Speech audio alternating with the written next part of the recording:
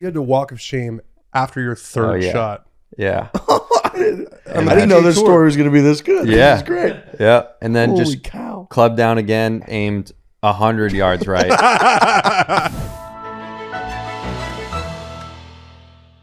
Foreplay, presented by Barstool Sports. If you can't tell already, even though we're 4 seconds into the show, it's an outdoor podcast. Let me ask you a question. Yeah. I see a lot of gators in Orlando and all that. Are there gators in, like, Jacksonville? A lot of them? I would say yes. I think there's a ton. Flying in here, it was like swamp central. Yeah, we're not pumping in bird noise like Augusta National. There's gators right in here, probably. But there's quite literally gator-filled water right behind us. We're on the back patio of our hotel, where it would appear there's also a bunch of birds mating. It's like David Attenborough out here. Yeah, it really does sound like that. But we're in Florida. It's a big week. It's Players Championship week. I think we have Jake Knapp coming on this podcast. This is one we haven't interviewed with him yet. So if we did, we don't know what was said. That's coming on the second half of the show. He won on tour a few weeks ago. He's got great swing. He's got one of the more aesthetically pleasing swings I've ever seen. He was very popular with the Corn Ferry Tour broadcast that we did last year. Hits the ball a mile. Looks like he's not even trying. He made a 12 on a hole, I think, this last week. That. He did, yeah. They cut to him, and he was like plus 13. I was like, what? He's been playing great lately. Apparently made like a 12 on the 6th hole. And that wasn't the highest score ever recorded on that hole. John Daly made an 18. 18. Just kept trying to drive the green. And that was the hole where Tin Bryson famously drove it like 50 yards right of the green and then just went nuts like he crazy. just won a UFC fight.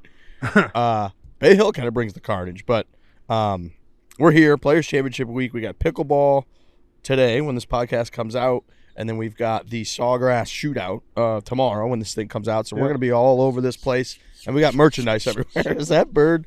Florida, people know Florida's not my favorite place, and this is a big part of it. I mean, we got creatures flying around I never heard before. Do I need to let out a scream to scare them for the next 20 minutes so we can do a podcast? What's the word I'm looking for? It's like a very this place is just. It's a petri dish. Yeah, but it's just it's very welcoming to just life. You know what I mean? It's alive. It's alive. There's It just is a alive. million different creatures, and It's like swampy and like humid, and it's like things are everything just you alive need to here. live is right here in the backyard of this high. Right, it's like place. moisture, it's warmth. Yes, there's a there's- lot of, it breeds a lot of life. It does. The Islanders are in a playoff spot. Oh, yeah. Well, when this podcast comes out, maybe not because they have a game tonight. But what a difference 10 days makes.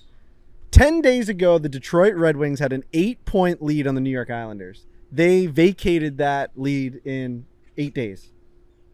The Red Wings lost 5 in a row, and the Islanders won 6 in a row. That's what you write home about. You feeling good? When you're looking at the standings, you're like, fuck, how are we going to catch this team? They'd have to lose 5 in a row. We'd have to win 6. And it fucking happened. That's pretty great. Who's on deck for Ireland?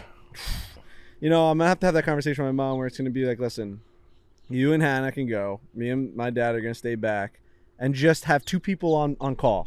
You know, Kath, like your friends, your best friend, and maybe Hannah's mom or something, like my mother-in-law. Yep. And just be like, we might let you know the day before. Game 6. Islanders win. They're going to the second round. You guys are going to Ireland. Islanders lose. Frankie's going. Uh-huh. So, Yeah. simple as that. Yeah, it's going to be weird. Now you're going to have some of your family rooting against. Big time. Yeah. It's a weird time. Right. But that's what's happening in my world. Congratulations. Thank you. I They're a appreciate good-looking that. team. They are a good-looking team.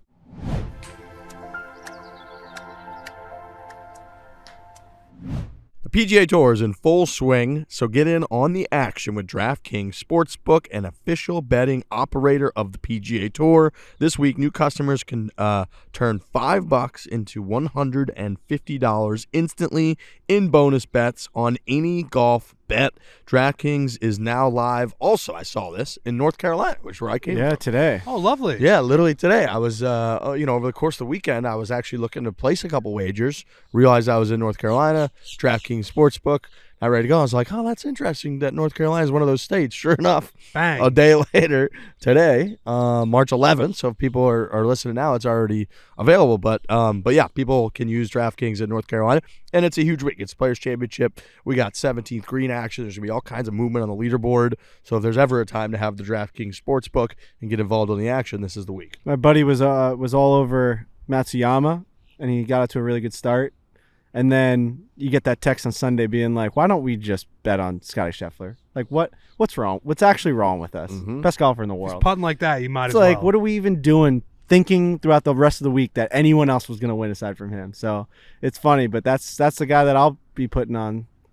I'll be betting on. I remember there was a stretch last year where he didn't finish outside the top 10 for 15 tournaments. Ridiculous. Or something. I mean, whatever Crazy, it was an outrageous stretch. So if you're feeling good, you're feeling like you got your finger on the pulse of the PGA Tour, this is the week.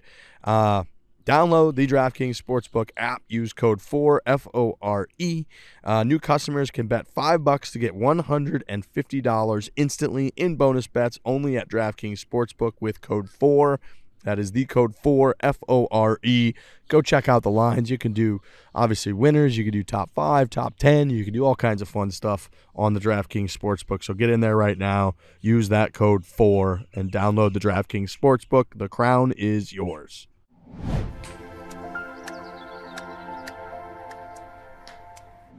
All right, Players Championship week. We're here. I will say last year was the first time that we'd ever been to the Players, I believe. Yeah. And my takeaway was that it was the best golf tournament I'd ever been to outside of the Masters tournament. I thought it was better viewing experience than the U.S. Opens I've been to, than the PGAs that I've been to.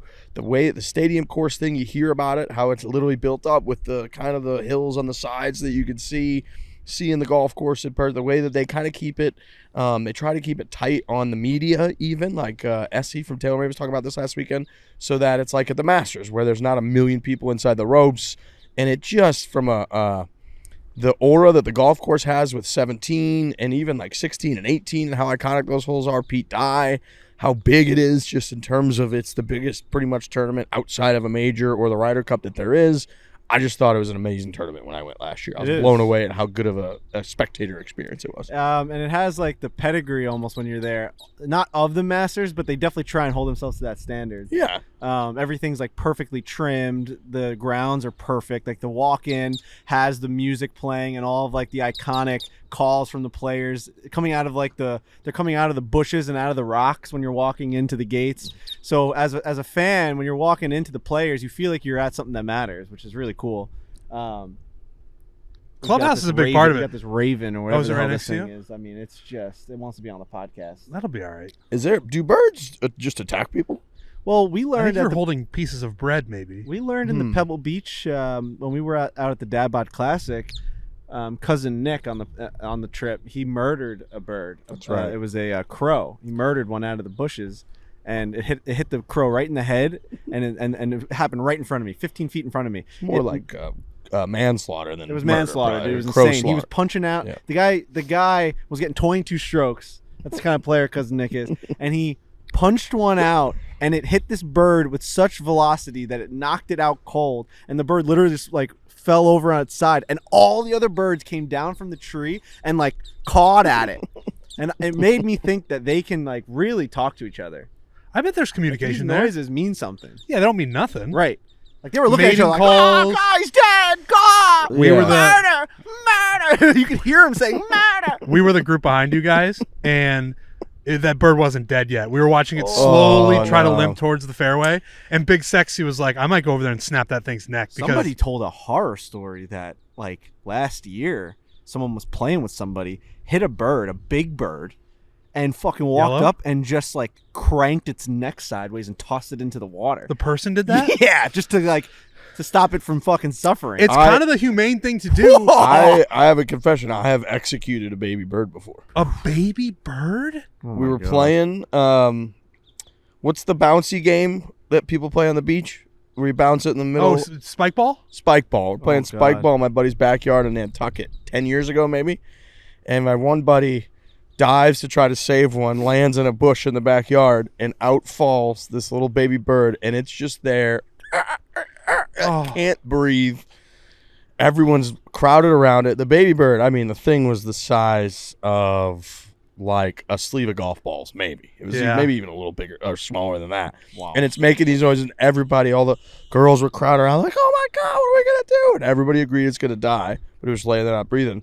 So I went in, I got the biggest knife that they had in the kitchen knife, and I just put it right through its heart. Oh my God! What? Can we even put that on the podcast? There was no other. There was no other way to do it. I mean, it's. Well, I didn't have the. I was. Oh my God! I didn't know what I was gonna do. I was gonna grab it with my hands and I don't know how to wring its neck. I didn't know Throw what it else into to the do. fucking bushes. Then Maybe- it just in there squealing Right. forever. There's. How did you know that it wasn't able to survive? We all sat there, and every person was like, "This thing is dying." And we went around the circle real quick. Everyone's like, Stabbed "It's it? not gonna survive. It's not gonna survive." Damn. And it was making noises, Frankie, you wouldn't believe, and we just couldn't. I'm not it- gonna recover from that for a long It time. was not. It was not a fun thing to do, but it had to be done. Anyway, That makes me sad, but it's. I get where you're coming from. There was no other option. It had to be done. Humans are so cushy and comfortable now. We can't even handle a little bit of nature. Like that's common out there. Something dies and then it just gets picked and eaten to death. And when we come across a little bit of it, you told that story and everybody listened, a couple producers, everyone was horrified. I mean, it was a horrifying and there's a thing. new Planet of the Apes I had movie coming tears out. in my eyes. There's a new Planet of the Apes movie coming out. I saw the trailer yesterday, and it was like, it's exactly what you're talking about. Where in this new Planet of the Apes movie, it's completely switched. The apes are now. It's the evolution of the apes have gotten so much that they just rule the world. So humans are in the wild? The humans are in the wild. Okay. And they're chasing these things, and I mean the Okay. apes are talking. So and they're like, and the little apes are like, from what I can gather from this trailer, are like, I can't believe that it used to be reversed. Like I don't even know what that means. Like Right. they used to hunt us. Like what are you Right. talking about? Like they're comfortable. You know what I mean? Yes. So and then like the humans are looking around. They're like out of the bushes. Well, like I've got a mouse in my apartment right now Oh my god! that I just don't know I don't know what to do with it. I'd burn it down. How big is his mouse? I'd- It's pretty small, but it's big enough where, like, a spider is one thing in an apartment. You step on a spider, even though that's the scariest thing in the world to me. I'll kill a spider. Am I going to stomp out a mouse? No. You're gonna see So- vertebrae all over the So place. now I have a roommate. I have a roommate in my apartment that Yeah. I just happen upon every once in a while. I was in the kitchen yesterday getting something out of the refrigerator, closed it real loud, Oh. and I was like, "There's my guy." Mice are bold too. They'll jump like right up on you when you're eating. Yeah, right. And so And he knows now probably you're not going to kill him. So he's and like, pooping I could everywhere. put mouse traps down, but then I'm gonna happen across his neck snapped. I'd rather just hang out, man. Don't bring any friends over. It's like your parents. Like don't bring your friends over here to party. He's Just- bringing them. Just chill, bro. He's bringing them. If you just want to hang out, if one mouse wants to hang out in my apartment, it's fine. question. Yeah. The second you see two mice, does that tip the scales for you? I'll tell my super and be like, we gotta do something about this. Okay. You'll take matters into your. Okay. I think if there's one, there's two. I don't know Yeah. the facts behind that, but And I don't know how to identify the one, so I could be seeing different ones Right. each time. Mm-hmm. Obviously, if the thing was Yeah, a tag rat, him. you'd kill it. Rat, no problem. Oh, or you'd do for something. rats in your apartment? How do you kill these things? No, that's a good question. I a good imagine question. stepping on one, like what that feels like. Ugh. Baby bird killer would probably be up to that, but it's not. I I couldn't was do it. a heroic mover that nobody else wanted to take control of the situation. So Stabbing it. I don't know how we got on this Our conversation. guy Tyler from TaylorMade, I saw he had like a bird stuck in his house. Oh, I did on see that Instagram. too. That's like a situation I've never found myself in. And we have so many squirrels on Long Island. I'm assuming they're everywhere, but we have so many squirrels on Long Island that I can't believe a squirrel's never entered my house. You know, you open the door, it just follows you in, just scurries. That's chaos because those things Oh, are yeah. jumping. I've been lucky enough to not have any sort of outside life in my house. Sometimes I'll see a bird in an airport and nobody cares, Yeah, that's funny. which is interesting to me. yeah, There'll be a Yeah. bird up by the ceiling, and we're all just like hockey games are always in there. Yeah, they're just flying It's interesting situations where people don't care that there's a bird indoors. it's got to be a big enough space. Right, mind your own big, you know. business up there. Yeah. I saw a video on Instagram of from India, obviously, where a leopard just walked into somebody's house. That's awesome. And this 12-year-old kid made an unbelievable move. 12-year-old kid's on his little phone on the couch. Doors open. Leopard, you see the leopard walk by. It does a double take, goes inside and walks right by the kid on the couch. The kid drops his phone and just runs outside and closes the door. Smart. It's unbelievable. That leopard's now in captivity. Yeah, exactly. That's a good move. The kid didn't panic at all. He put his phone down, walked outside, shut the door. But to your further Planet of the Apes point, I don't think I've ever come that close to wildlife like that. Yeah. Like a bear or a leopard, obviously, or a mountain lion. Nothing. We've so separated ourselves that everywhere we go, there's a really low chance that there's going to be something that's going to hurt you. We talked a lot with Todd Martin, our Peter Millar, our guy Peter Millar, Silver Fox. We talked a lot, me and you, with him about traveling when we were driving up to the preserve out in California. Yeah. And he talked about going to South Africa as a trip.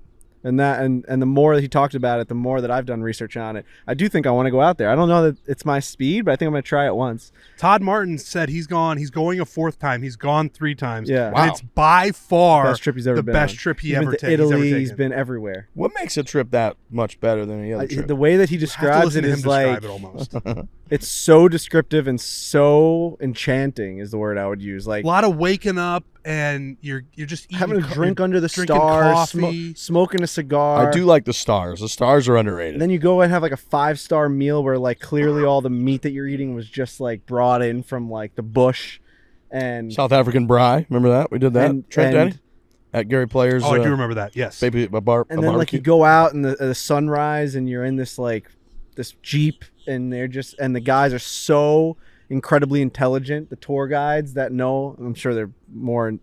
There's a name for them aside from tour guides, but the way that they're Oh, like, yeah, I know. Like, what's right, the like in word? mountains, they call them like Sherpa. Yeah, They're there's a kind of word yeah, for it's them, gotta and be they something. basically will see like, oh, look, this is a little bit moist here, and there's a footprint. It's been here. It was eating, and like then they follow Whatever that a safari trail. Sherpa is called. Yeah, that's where they follow that trail. So whatever, it seemed pretty cool. And then he was saying it's just 5-star restaurants and hotels, and the way that we got on this conversation is I said that they pump out bird noise walking into the Players Championship. Oh, gotcha.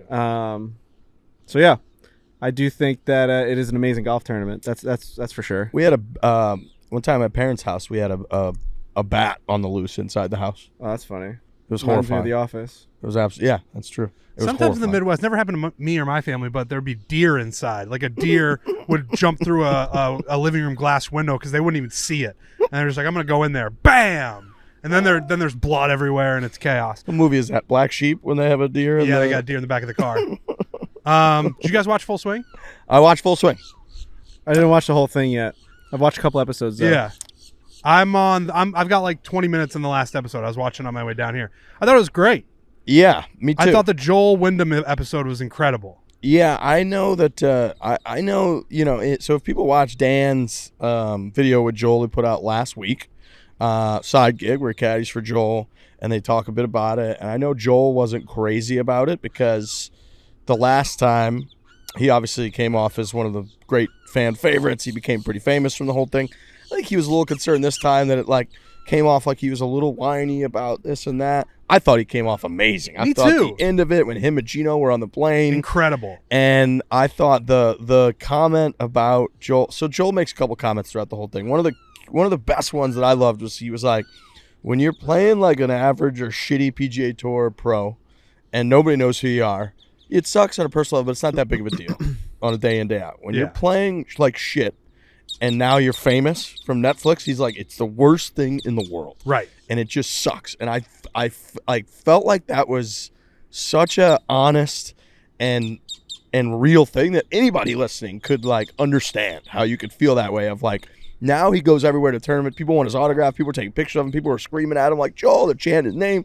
And he's just playing like shit. He's like, any other time before that didn't matter. Yeah. It mattered to me and to my wife, but like I could deal with it. Now it's like I feel like I'm letting everybody There's a down. microscope on you. Yeah, and you feel like you don't deserve it now because like you're famous, but you suck. And he was like devastated about that. And then The Gino part of it was really interesting. so good. Where you're just getting him one-on-one being like, I don't know what to do. I might give this guy an ultimatum. He just doesn't seem, he's in the weird headspace. We want him to go see a sports psychologist and just the inner workings of that, because you don't get that. You see caddies, they're mic'd up sometimes on the course, but like when your guy's playing really bad, and I'm sure there have been relationships where the caddy's like, I'm just going to leave because it's not getting any better. I probably could get another bag, and you just seem like you're stuck in the mud here. And Gino was like, nervous to be like, you got to go to the sports psychologist, and then that moment on the plane like you referred to, I thought the whole thing was brilliant. It was I can't remember if it was Joel or Gino or who this came from, but when they were all kind of talking about it, one of the key kind of lines that came out from it was like, we can't have everybody on the team is doing X amount of work and you're doing nothing. Right. And they were it might have been Gino's point, whatever it was, but it was like, if so and so was putting in 50 hours a week and this person's killing themselves to be a better physio and learning to be better, and then you are the main guy, Joel, and you're doing nothing. He's like, that we can't We can't have that. We can't operate that. It might even have been Joel saying it. Like Yeah. it might have been him coming to terms with it all towards the end of it, being like, I understand that and I get that. And I thought that dynamic of like a professional athlete in an individual sport like golf and how you're kind of the CEO of the team and how it's never really taken that way. Everybody kind of looks at the player and this guy, oh, he's playing like shit. But how if he is playing like shit, it affects everyone. It affects his swing coach. It affects his caddy. Literally directly affects how much his caddy's going to make. Yep. Because he makes a percentage. It affects his caddy's like livelihood. His caddy doesn't, Gino doesn't want to fly somewhere, work his dick off all week and then they leave Friday night. Yeah, at one point, Every Joel, year, after or he missed every another week. cut, he was like, it costs you thousands of dollars to come do this. I'm sorry about that. It's like they missed the cut and they just go home. I'm with you. I thought he came off great. I thought It's that like moment. human shit. I can see from his perspective being like, oh, I look a little pathetic in this. But if you're not Joel and you're watching it and you know the whole story, which everyone does from last season, and now you see the other side of it, that's just like a great story. Yep. I thought it was, I agree with you. I thought he came off great. And then in the Ryder Cup, so the last 2 episodes of the Ryder Cup episodes, the Keegan part, I couldn't even watch. Brutal. Oh, my. I just can't wait to get to that part. Oh. Because that's cinema. The way he described it. You're also going to love it because you're going to get a lot of Zach Johnson like at the house. And then when he's calling the guys in the hotel room, it's him and his wife. And they're calling JT and they're calling all the guys. And then the Keegan thing happens. And you're just like, man. There's a lot of negative flack towards your guy, Trent Daddy. And the fact Yeah. that he's housing with the guys That's that weird. he was supposed to objectively be choosing from. Dude, you're not going to leave that part either. It's unbelievable. Yeah, At it one is. point, Spieth, JT, and is Ricky there too? Yeah. They're all having dinner together and all their wives are there. And Spieth just says, Zach, what do you think the percentage chance that everyone in this room is on the Ryder Cup when it comes around? And it's just, he's joking, but it's also a moment where everyone's like, and it just gets quiet and you just have to watch it. Boy. And And JT's like, Zach, your swing's been looking really great recently. It looks God. amazing. Yeah, and like he's playing into the He's fact that it's so joking, yeah. ridiculous, but there's like a little bit of like, it's too At close the end to of that, home. at the tail end of that joke is extreme realism. Of course. Yes. Because like JT just wants to be on the Ryder Cup team, and Yes. it was the number And one I talked will about say, thing at the time. I think if you go back and listen, and if you look at Twitter, parts of Twitter, everyone thinks Zach Johnson did the right thing. Yeah, I do. I still Okay. that was the part that I was taking away from it was watching the episode. You realize, and like even if you don't know the outcome, you're like, there's a 0.0% chance they take Keegan Bradley, Right. and there's a 100% chance they take Spieth, JT, Ricky, 100%.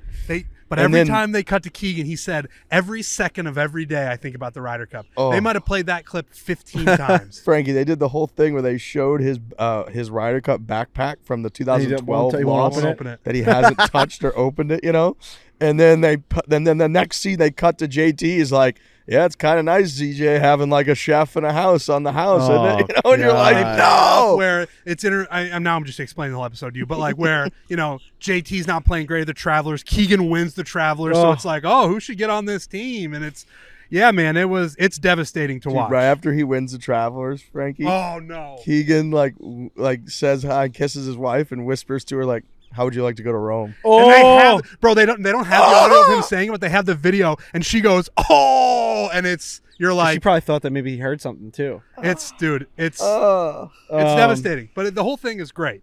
You're right though. The crazy part was afterwards, like they kind of cut to Dan Rappaport, Yeah. our very own, and he's like, the interesting thing is, like, I think that the reasons that he took JT delivered on. Like he played with fire. He kind of got everybody going. He was galvanizing type guy, and he's like, he didn't play bad. Like he played fine, So like I still don't know. And if I went back, I'm sure I was the one. I know I was saying like he absolutely should take JT. I still think he should have taken Keegan as well. I don't know who else that means wouldn't have been on there, Burns or whoever. But like that's the weird part is that it seemed fishy and like annoying and frustrating, and then you're like, well, JT still should have been. It's the right thing to do. Yeah.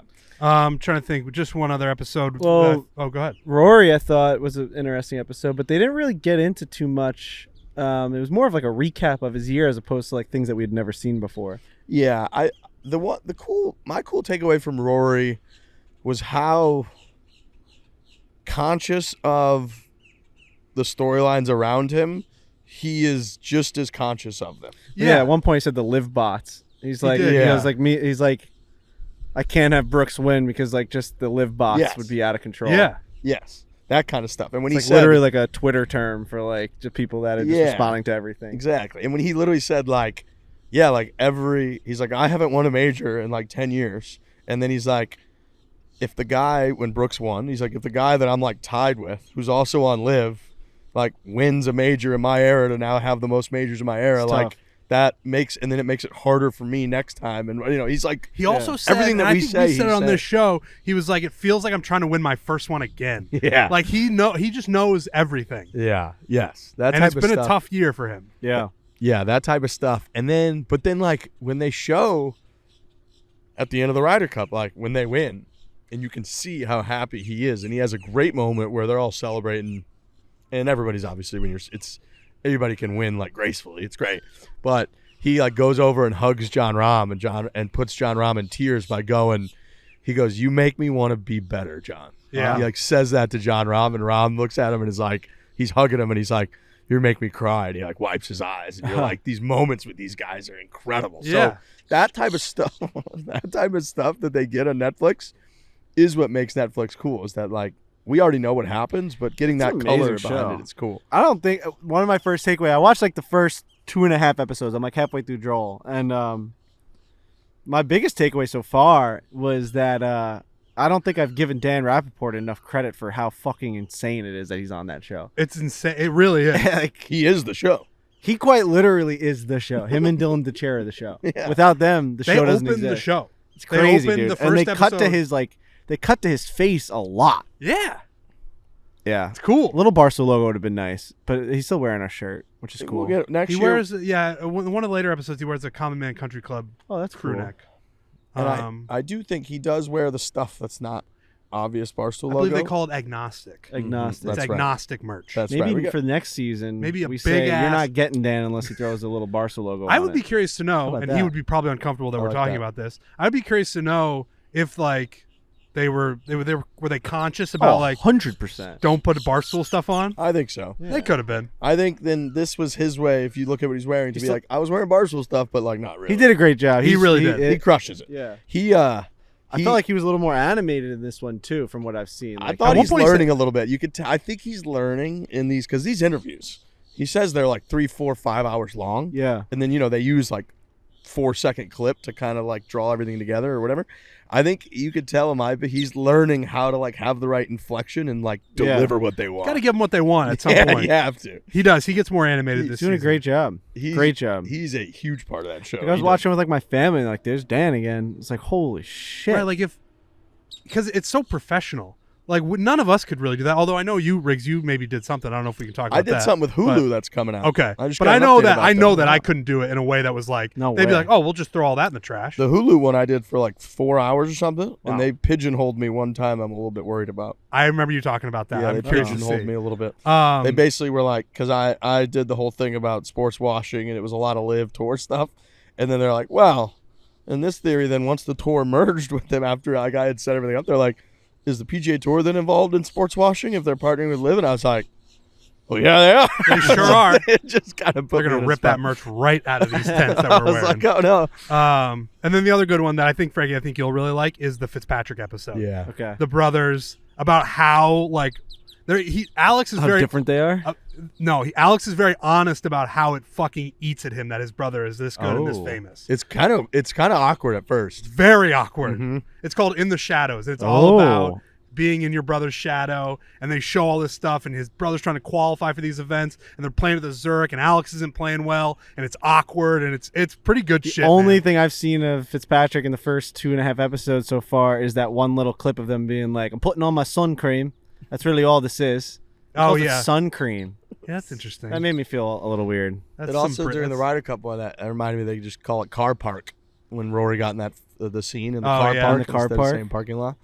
A lot of It's a little- great show, man. They do a great job with it, and yeah, I really, really enjoyed the episodes. Yeah, I thought they were great. I had the same kind of thought. I was surprised at how Fitz's brother comes off as such a normal guy, and how Fitz seems to be aware of that too. That like Interesting. he's sort of like, even when his brother at the end, they kind of finished with him playing really well at the Open Championship and all that. And Fitz says something to the effect of like, yeah, I know how much it means to him to like not be in my shadow. You know, like he literally like says that. And I think, and I don't know, this is speculation, Fitz is like, he's the guy, and he knows he's the guy. Yeah. Like, you would think, you look at Matty Fitzpatrick, and you don't think, like, oh, there's this weird power, famous struggle with his brother. You would think that would be from, like, a DJ, which I love DJ's episode, too. Yep. Like, just like a bigger kind of, but it's really there, where he's like, I don't know, you want me to feel bad for being this good and this famous and this successful, but I'm just not going to be. I don't know. I mean, that's probably going a little further than he does in the episode, but it feels that way. Pure speculation on my part. It felt like the Fitzpatrick parents were rooting harder for Alex than for Matt. I'm curious to see what people think. In like an underdog kind of way. Yeah, because I mean, you almost have from me to. just listening and having not seen it yet. I mean, I would think that's pretty much assumed at this point, right? Yeah, like I you would guess want so. your other son won the U.S. Open, and he's just like the guy. And then the other son is on tour and like wants to achieve something also. You're going to root for him. Come on, little buddy. Come on, get up here. Yeah, it's like It's a great episode. I'm sure like Kelsey's mom felt that way about like with her sons. Like she wanted, Travis got the first one, right? And then Jason needed to get one, and she's like, I'm sure part of her was like, let's get my other son a Super Bowl too. But that one that's a whole other level where winning Super Bowls, them both being very successful NFL players, that's like the Fitzpatricks are not that. Yeah. Where is he on tour or is or not really? So you see the episode he qualifies for the British Open and plays well. It's a good he arc. played in the Zurich with him, right? So that was like there's a lot of that in it. It's a ton, and it's awkward because like he plays terrible. Okay. And he's rattled, but like their team does decently well because Matt plays so well. They're playing with Homa and Colin, and he's like, I'm a nobody, and he I'm literally playing against like, the top 10 players he's like, in the I world. play on a thing called the Challenge Tour, and I'm out here. He's like, this guy's number 6 in the world. This guy's number 8 in the world. My brother's number 5 in the world. And then there's me. And he's like, and it's kind of tough. But then it finishes in a very positive way. Does. It does. So I thought those are kind of all the notes that I had as well, Trent Daddy, were kind of those episodes. It was alarming for me to see how, like, I forgot how much Ricky was supposed to win the U.S. Open. Oh. I know. That was hard to watch. Yeah. He was supposed to win. Oh, yeah. Going to sleep, like, thinking he's going to win. Then he misses that putt on 18 in, like, the darkness. I had forgotten about how big of a deal that was. was. Rory were talking about it in the gym. Dude, Rory's the thing that I took away was the next day on Sunday, Rory is such a gamer. I think he has that Tiger in him, and maybe he's learned it from Tiger. But I noticed right away when they were working out in that morning, they had just talked about how hard it is to putt at night, the night before. And then Rory basically opens up the conversation right before they're about to go out there. And he's like, he says something to the effect of like, we should be okay out there. Maybe the last 2 will be in the dark or something like that. And it's like, and then he's just like, he's like, you just got to get it done. And just like walks out the door. And like, he just leaves Ricky with that thought Plants of that like, a little bit. oh, you missed that putt in the dark. I think you're going to have to do that again tonight. And like, I think he just planted that just a little bit, like, because I was watching with Hannah. She's like, oh, like, why is he being so nice about like strategy talk? Like he's playing against him. I'm like, I think he's trying to get in his head. Yeah, like, that's something I would do. It'd be like, man, that crowd out there's loud. Like, that's going to be tough out there for us today, man. Well, then there is the Tom Kim episode, and Danny Rappaport on this podcast refers to it where, yeah, like you're the young, upcoming, affable, new star, but when you play these practice rounds, like I think Danny says you're swimming with sharks. Like these guys are going to have fun, but they're also, this is your competition, and they're going to fuck with you. Mm-hmm. And yeah, I think there's a lot of that going on with a lot of the guys. Saquon Barkley to the Eagles. Wow. What a fuck you to the Giants. Wow. You got to be kidding me. He's still effective, right? Yeah. 3-year, $37 million contract. Wow. All right. Inside the division. Oh. I thought that was really, I liked that insight into Tom Kim there because he says at one point, he's like, I kind of need to earn where they stop treating me like a child and treat me like one of their peers. Yes. Because they're kind of making fun of him for like liking toys and stuff because he's so young and they're like giving him a hard time. Calling him a 12-year-old. Yeah. And looks like the kid from Up. We do it to Robbie. we used to do it to Robbie Fox all the time. We'd be like, this guy's fucking 11 years old and he's working at Barstool Sports. That was like, yeah, that's right. That's kind of hard. He's been working for 10 years and he's like 24. It's unbelievable. I'm trying to think what else. Quickly, just DJ not giving a fuck. Doesn't care. $150 million in the bank. They just show him getting onto a nice little boat. I saw that. Listening to hip hop and just being like, all right. Yeah, I don't know. I like playing. And it's all right, I guess. It's good, I secure my family and it's good. Yeah. It's He's unbelievable. I think your girl came out great in that. She did. Actually. I thought she came out like pretty insightful and was Yep. like weighing in a pretty good amount. She came off awesome. Yep. Sometimes I feel like Jenna Sims. Sims. Is that what it is? Jenna Yeah. Sims. Jenna Yeah. Sims? Jen Simons used to work at Barstool Sports. I feel like she is attacking all of us, just all the viewers, when she does an interview. She's like, everybody thought that this was going to be a huge mistake. And it's like, all right, yeah, listen, you guys probably won that, but she just seems much more bitter, even than Brooks is. Brooks doesn't give a fuck. Yeah, she does come off that way. Like she's mad at all of us. She's mad at everybody. She's having like a told you so to all of us, and we're like, no, we didn't say anything really. Which they have honestly probably earned, but I feel like Paulina was very much like, now it feels like our life is secure and me and DJ are kind of both rowing the boat together. And Jenna, I felt like I was getting attacked every time she came on TV, which is fair. Paulina had that one line where she's like, I used to be in the back seat, now I'm in the front seat driving the boat. It's like, all right. Yeah, I guess. Yeah, they probably do spend way more time together. Definitely. Because the schedule's probably a little more chill. Yep. And he doesn't have to play in as many tournaments.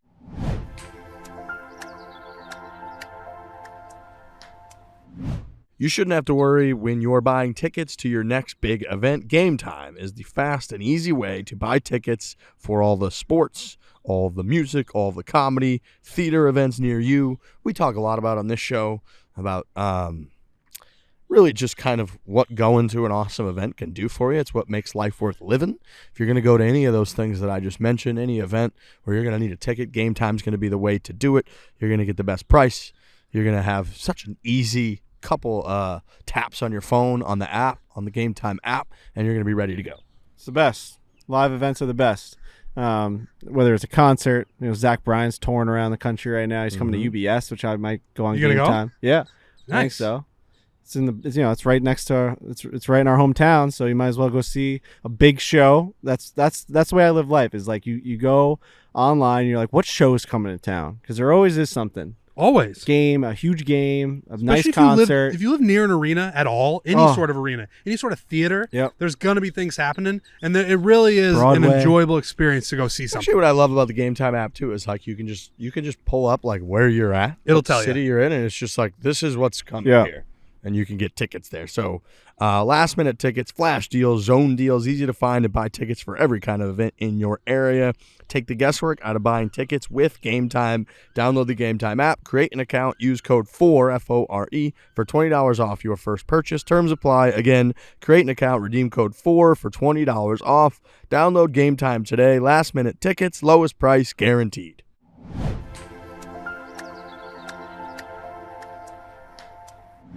Speaking of not playing as many tournaments, Tiger Woods not playing this week. Yeah, it's a bummer. Was there any reasoning to that? Did he give any insight? I never saw anything. I saw like one of the highlights of Danny Rappaport's blog today was like the unfortunate reality of Tiger Woods or something. I don't know what he ended up writing about that, but Well, he tweeted after the 5 p.m. deadline crossed that he's on a very much like Riviera Majors diet. And that's kind of probably what we're going to get from him going forward. It would appear that way. I'd be happier if we knew that he never had this on his schedule to begin with. Right. If this was something that he was gearing up towards and like had a setback, Yeah. or like feels like he can't compete, that to me is very alarming. Well, it's a weird year, right? Because he was playing he played at Riviera, got the shits. Wasn't an injury really. He just didn't feel well and withdrew. Played at Seminole. Yeah. And then I'm guessing he viewed that playing at Seminole as like that's my warm up. Yeah. And I'm done until the Masters. The thing that I'm discouraged about is that he made the comment about playing once a month. Yeah.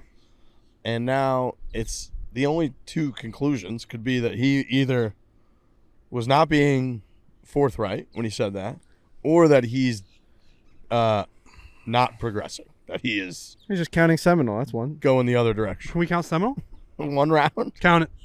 So he's played 2 rounds this year. Yeah, it's just exactly. not going to do it.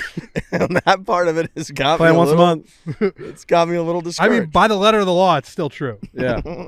He has played once. He didn't play January, but he might have played around somewhere. Yeah, he played somewhere. He probably played a practice round. A medalist, No, I I'm feel sure. you. I mean, it's obviously not ideal, but I think that if he came out and played fucking 8 or 9 tournaments, it would have shocked us more than like this is a little bit more what we were expecting. We were obviously shooting for the moon.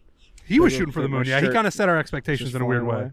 Yeah, it's true. If he had played 4 rounds at Riviera and then played this week or last week, He'd be right on kind of. I guess that's rare. So really, it's unfortunate he got sick, and then we might not be that far behind that schedule because maybe he wasn't playing this anyways. And if you look at his career here, he's played the Players' Championship, 20-something times. He's only won it twice. Yeah. So he doesn't, for him, have a phenomenal record here, and he very much might just be like, that's not the spot. What's the schedule from now until the Masters? Is there another tournament that he could squeak in? He did the Valspar. Remember that when he almost beat Paul Casey? Almost won, yeah. Yeah, he almost beat Paul Blasted Casey. one out of bounds on like 17, I think. Was that what it was? I'm not sure, but I remember he played the Valspar. That was like the only time he's played that. The Valero Texas Open, I think, is actually having a sneaky good field this year. Okay. But and then they don't have the match play anymore. He used to play the match play like 2 weeks before the Masters. Yeah. But they don't have the match play anymore. So you really got to think he's just not going to play until the Right. Masters. Damn. That sucks. But then it's Thought for sure he was going to be here. Thought for sure he was going to be here. If you're listening or watching and you're going to be here, make sure you go to the tent. We're going to be there all week. We got the merch on right Thursday, Friday, Saturday. We do. It's already. Today's Monday. I think it's already a quarter of a way sold out.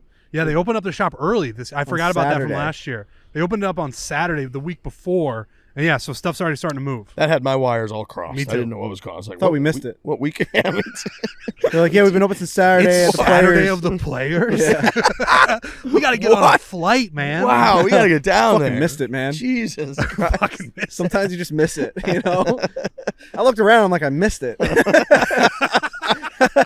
Walking out of Dune Part 2, I'm like, I missed it. We just missed it, man. We missed it. Go into the tent, get the Players' Championship merch that we've got. It's The really hats are good going to stuff. fly. This crew neck, I didn't even know we had. We do different stuff online than we do in the actual tent, like a couple new items each time. And this crew neck, I didn't even know we had. I didn't know The you had that hoodies are all time because you're gonna want to wear something like on the golf course. We have polos; those always fly at these tents. But the hoodies are the things that go first because you can wear them year round. Yeah. You wear them year round.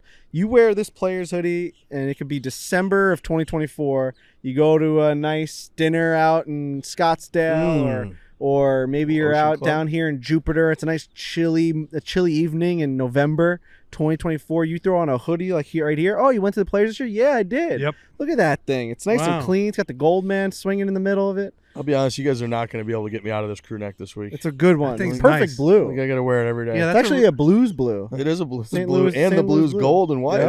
It's perfect. Yeah, I got to for get you. myself one of those. Oh, it's so good. Islanders So are make in sure when you playoffs, go into but- the tent, check out the Barstool Golf stuff. I think we already sold out of the women's gear Pretty close, Women's yeah. gear is the, crushing it. and all the rest of the gear, which, this stuff is unisex. You can wear this whether Yeah. you're male, female, Titties, whatever, no titties. whatever you might Guys be. with It doesn't titties. matter. Anybody with titties. Yeah, it's 2024, so anybody can wear it. Anything. So go into the tent. Please check that stuff out. Scottie Scheffler. Yeah. Oh, Scottie learned how to putt. I was with our dear friend Mike Essie all weekend from TaylorMade Golf. Obviously, Scottie's issue has been the putting. Everybody knows that. He still has remained for the last couple of years the number one ranked player in the world. He's been winning tournaments here and there. He won the Players last year by like 6 shots, despite the fact that everybody's known for a couple of years. He's been, relative to the PGA Tour, a bad putter. He has had many weeks where, of all the people that make the cut, he is last place in strokes gained putting and still finishes like second, finishes fourth, whatever. Well, this week, I think he was tied 11th in strokes gained putting. He was 17 for 17, I think, inside of 15 feet? 15 God feet damn. with the new TaylorMade Spider Tour X putter that he That's was right. using. He's been, he jumps back and forth between a Scottie, a Blade. The different- Logan Olson putter he was Yep, using. he was using that for a while. He went to the old Spider Tour X, the new version that he had been kind of experimenting with, and he putted great. He won by 5 at Bay Oh. Hill. That golf course is brutal. He went bogey free in the final round. Shot like 66 or something in the final round. Something like that. Just absolutely lit it up. So big shout out to Scottie Scheffler, TaylorMade athlete, very nice friend of the program. Him and Meredith and how wholesome and sweet they are. Now he's putting it great. He's going to be a real problem. Just great to see what it looks like when he does. Yeah. Because if he keeps doing that, he's going to have a Tiger-like run coming up. If he can putt, He's still so young. he's so young, best ball striker on the planet. His And ball it's striking. It's is- nice to see when, because for the longest time it has been, this guy can't putt, still number one in the world, still top 10ing everywhere. So to see him putt well and be like, this is what it would look like, he's just going to blow people fucking out of the water. There's a good amount of tee shots at Bay Hill too, where nowadays with how far they hit the ball, they take crazy lines like over neighborhoods and stuff, Yeah. And that combined with his footwork, makes me. It's just like I almost fall off the couch. How does not break his ankle? He's the best golfer in the world. Best golfer in the world by a He's lot. literally on. You're not gonna see this because it's probably the sun, but he's YouTube. I'm showing him a picture of. He's on his ankle. The ball of his ankle is touching the ground. Kyle Porter tweeted out a picture where it looked like it was a still shot where it looked like he was dancing at a wedding after he has follow through, and we're like, this is the best golfer. This is the guy. This is the best one at this. So that combined with when he's aiming over the houses, I like jump off my seat. I'm like, oh my god, he lost the tournament. What did he do there? Yeah. 337 down the middle. He's and amazing. You're just like, what is this guy doing? There's So almost like something to like not the inconsistency of it, but like the chaos of it makes it more consistent somehow. I don't know how it works. yeah, man. the natural, he's just swinging part of it, right? Yeah, Like he's it's just like Furyk. swinging. Like he's you look not- at Furyk and you'd be like, well, this guy. You would see him at your local club and be like, I'm going to dust this guy. Yeah. And then he plays and he shoots a 58 at the Travelers. And you're like, oh. Right, there's something to like Scottie is clearly not playing, hey, how can I have a perfect technical golf swing game? Right. He's playing like, I'm swinging the club. I'm just going to swing and I'm going to hit this driver hard and it's going to go out there and I'm going to swing again and this is what I'm going to do. I think there's a very valuable lesson in that. Because there's probably a portion of the golf world that is going to all these swing coaches, which swing coaches are great. And if you're just starting or you're trying to get better, that's the place to go. But if you have a foundation that's pretty good and you're just swinging your own swing, I would just do that. Because it can work that way. That's what your body wants to do. And that's clearly Scottie has just decided this is what my body wants to do, and I'm the best player in the world that's doing that. Can we get the word out to Scottie that we miss him? I miss him so much. Like, man. if you're listening to this and you're close to Scottie, just let him know that we miss him. You know? Don't be that guy that became the best golfer in the world and forgot about us. Because he's not that guy. He's just busy, man. He's not that guy, though, man. Like, he was always checking in. He was. We were like, I had his number, and I was like texting him after he won the fucking Masters. I'm like, dude, you just won the Masters. He's like, sorry, I had to turn my phone off. Remember that? Yep, dude, we remember I during was that like, Masters? you're not that guy, man. During that Masters when we watched him play the 16th hole where you skip it over the water with his With wife Meredith? and his like father The best. or her father. We were just in the Scottie camp, and then he just became the best golfer in the world. It's like he doesn't even look at us anymore. He's not that guy. We had him on right before he won the Masters. We're like, you're playing in the Masters, man. Yeah. How exciting is that going to be? And then We he hyped won him it. up. Oh, yeah. We hyped him the fuck up. And then he won it. I just miss him. I miss like talking to him, and it's like he had such good insight on the game, and I felt like our listeners really, really enjoyed when we talked to him because we got to see a side of him that we really don't get to see a side of professional athletes that This is often. kind of where a he's plea. just like, Come home. no, it's just I'm sick of like not talking to him.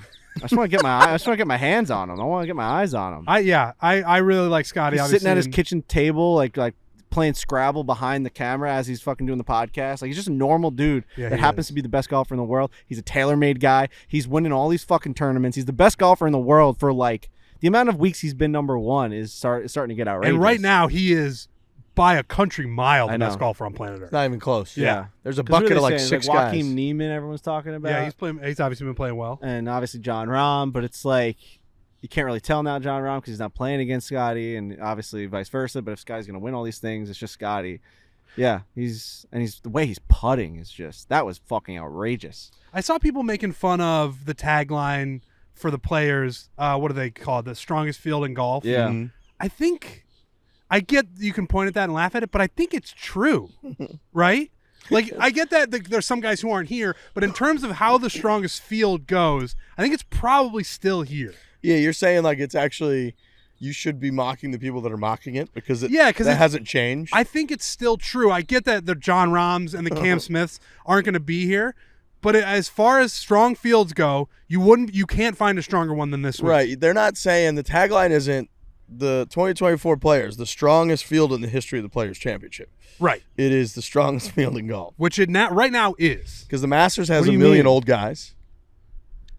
Like, if you're taking both tours, Yeah, is it just the strongest field this week no, I think it's the strongest field in golf. in golf or like tour Like major, any tournament. Any majors tournament. Majors are Well, no, because they're saying the Masters has like a bunch of old guys. There's only like 90 people in the whole field. okay. So like 20 or 30 of them are like not really, they can't really compete. They would say the U.S. Open, however many guys like qualify. So like, Wouldn't the U.S. Open be the strongest field because I it's think- like all right. open to everyone in the world But and what like I the best players can but play? no, in I it? think their argument would be that like they have less guys that are like over years professional golfers at the PGA Tour level that are guys that just qualified like getting through that aren't Yeah, necessarily but then as you could take some strong. of the live guys that aren't at the Players Championship and add them to the U.S. Open, right? and like they'll fill in for the guys that you're talking about. Yeah, true. U.S. Open has to be the I'm just hardest saying field. It's the felt- hardest tournament to win in the world. I'm just saying it felt like people were making fun of it, but I think it's more true than it is false. Yeah. I mean, Because it sounds outrageous. I think they might still have just like signage they can't get rid of. It could You know, be. like how we have like Easily the could Bryson be. logo on the four. But I think Yeah, there's an yeah, argument yeah. to be made that the majors is a good point. But I'm saying like regular tour, this is Two are. this is the strongest field because Yeah. everyone's Tour. fractured. But I still think if you were asking who's got more better golfers on their tour, it's the PGA Tour. Yeah, if they were like the strongest non-major field in golf, And that'd be very true. Yeah. they're just like a real But it is tough. matter-of-fact tagline. It's tough when the tagline comes out and it's just like, Rahm's not here, Cam Smith's not here. You know what I do love is the song. Did a good job. It's a good song. Gets me fired up. Did John Williams do that or something? Didn't he do that? That'd be Some unbelievable. famous composer just redid it. Come on. Yeah. Was it Ludwig who just won? I saw he just won. The The Oscars were great. the Oscars were great. Yeah. I heard that. I didn't get to catch it. It was I great. heard they were really good. Ryan Gosling's my number one. In a non-gay way, I'd suck that guy dry. Really? I really would. I fucking love Ryan I get Gosling. it, man. It's I haven't seen Barbie and I want to see it, but him performing at the Oscars, I was like, this guy's he's got a charisma. I used to love Leo movies, and I still do. But like, you get up for Leo movies. He's starting to get a little bit older. Like, Killers of the Flower Moon was an awesome movie. I but still like, get up for Leo movies. I still get up for Leo movies. I thoroughly enjoy Ryan Gosling movies. Fair. Every single movie he's in, I think, is just fucking fantastic. He's stud. now. He's stud a muffin. stud. He's funny. I think The Other Guys is one of the most underrated. I'm sorry. With the other guys. Not The Other Guys. Sorry. This is why it's underrated. I always forget the name of it. Who's Nice in it? Guy. I think it's called The Nice Guys. Could be. It's him and Russell Crowe. I think it's called The Nice Guys. I'll look it up. It's I like they're- Russell Crowe too. They're He's both like these like undercover, like not cops, but like they have to solve something for this woman. It's like whatever. It's an amazing movie. It's so funny and he's so good. I think it's called The Nice Guys. Yeah. It's really good. Everyone should go watch that movie. The other guy's also a good movie. A really good movie. Will Ferrell and Wahlberg. Yeah. Wahlberg? Yeah. Yep. Dirty Mike and the Boys. Thanks for the F Shack. I think Leo is probably my number one for like movie star. Like I got to see it. Yeah. He's in it, or Yeah. I'm most likely to be. Yeah, I he's need to probably see it. still that guy, I think. Just for me, but everybody's different.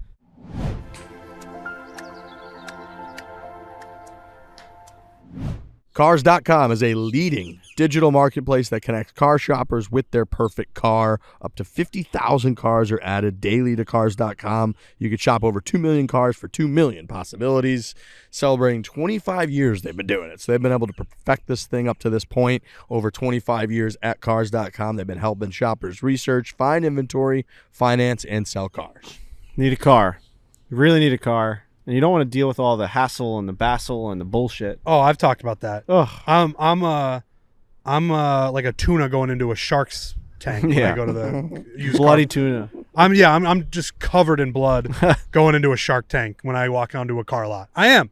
I just don't have that. I don't have that what do you call it? Hassling? No. Haggling. I don't have that haggling side of me.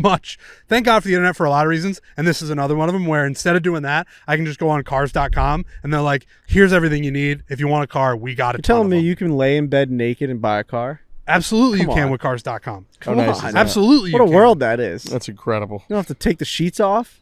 You might want to after. Under the maybe, but like under the covers, Might have just to like after. kind of like under the covers with the AC blasting, and you're just like you got Netflix on the background, you're just kind of scrolling, looking at cars. That's 2024, Oh. baby.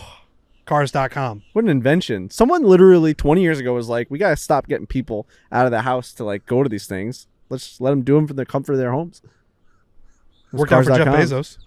Yeah, Wherever life takes you next and whoever you're looking to be, there's a car for that on Cars.com. Find your next possibility on Cars.com. Where to next?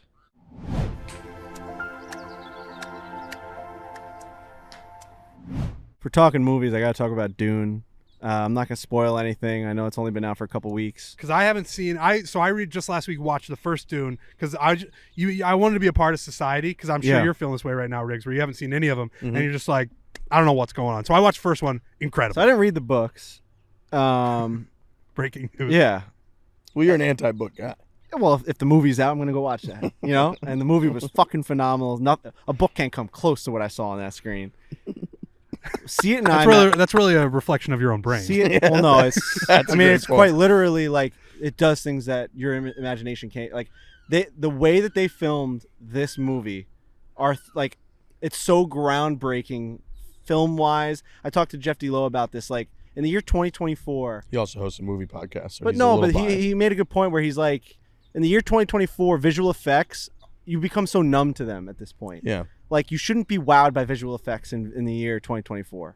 It's a part of everything. You could like AI, like you can have like a picture of your boss. Like you're hearing all these new scams now where it's like people are getting FaceTimes from AI Incredible. and it looks like their boss and they're like, can you wire me money? And it's Incredible. literally like Yeah. an AI machine. That's what I'm like. AI, like visual effects are everywhere. What they do in Dune Part 2 is fucking out of this world. Go see it in IMAX. It's going to blow your eardrums out. You're literally going to walk out, your ears are going to be bleeding. It's so fucking loud. But just the way they use color and like and symmetry, like from like the white scenes to like the colorful scenes, it's fucking... Well, the backdrop of the planets, and I've only seen the first one, but it lends itself to incredible looking landscapes. It's every scene is, and the word I would use for this if I was doing like a movie review would be epic. Every scene is more epic than the other ones. Grand. It's major. I Like want to you're see like you on a movie poster someday. Being like, the epic. word I would use is epic. Frankie Like, Borelli. and you're in IMAX and you're like looking around. Dude, there's this one part where it goes to darkness and I went like this in my seat. I did that. yeah. I actually went flew back. with the darkness. Come on. Yeah, because of like the way that the IMAX like sound hit you, it was like whoa, and everyone in the movie theater went whoa, and you heard people go whoa. I don't know how it felt like you were on a fucking ride. So And yeah, the background to it. right, is the really way I would interesting. pitch this to Riggs, because Riggs, you seem a little hesitant to see it. No, I'm not. I'm not even like aware of what it's really even George about. I've seen a Lucas. couple of the. Is it documented that that's true? I don't know, Robbie. You just say it's Robbie Fox claims Perfect. that George Lucas essentially It's good read enough for these me. books, and this was his inspiration for Star Wars. Like and you can see.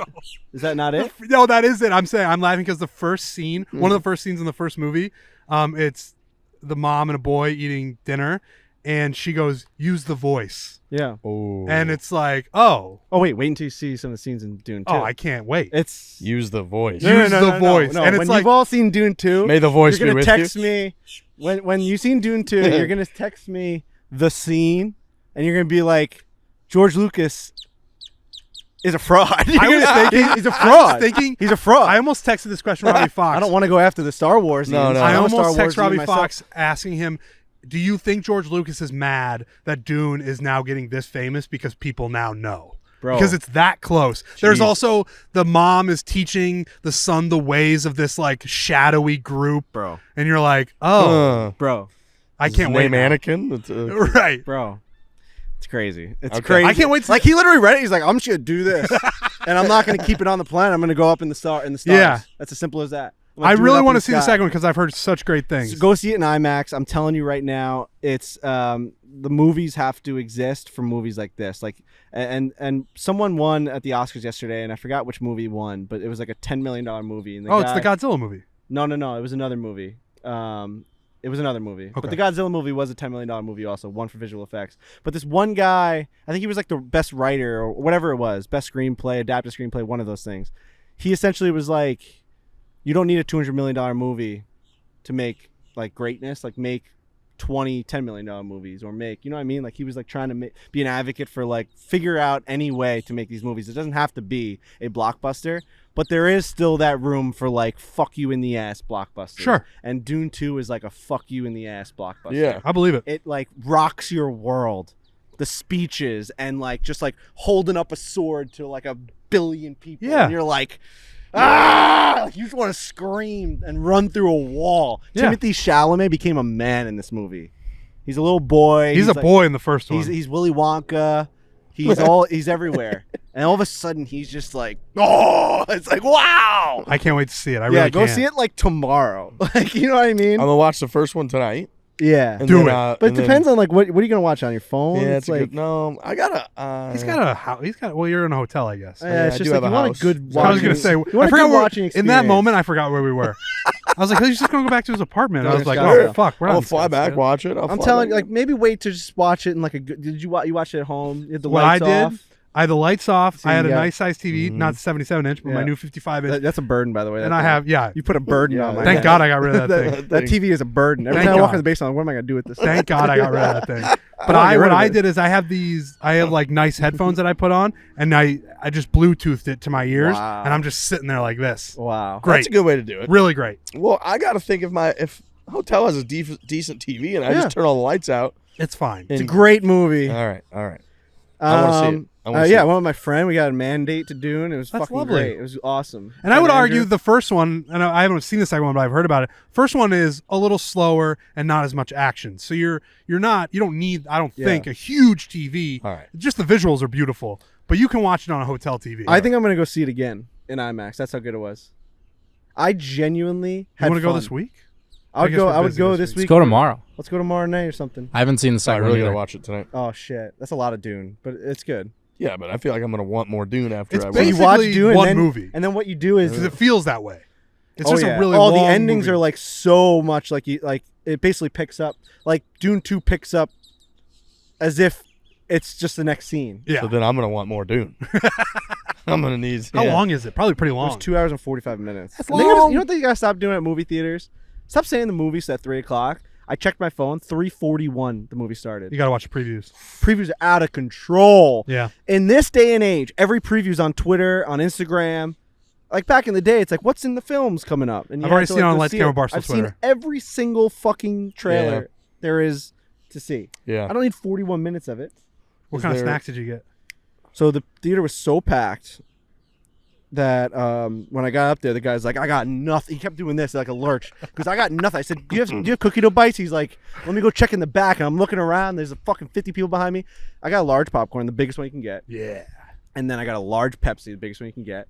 And I wanted cookie dough bites because what I do is I take a couple bites of chocolate and then I fucking house popcorn. And I take a little bite of chocolate. And he had no cookie dough bites. He had no Bunch of Crunch. He had no peanut butter M&Ms. Oh, those are. I've He been had on a nothing. kick. He had nothing. He had nothing. He goes, I'm out. I said, just give me the fucking popcorn. Let me get out of here. You And wanna- I got really lucky. My friend Andrew beat me to the movie theater. And when I walked in, all hell was breaking loose.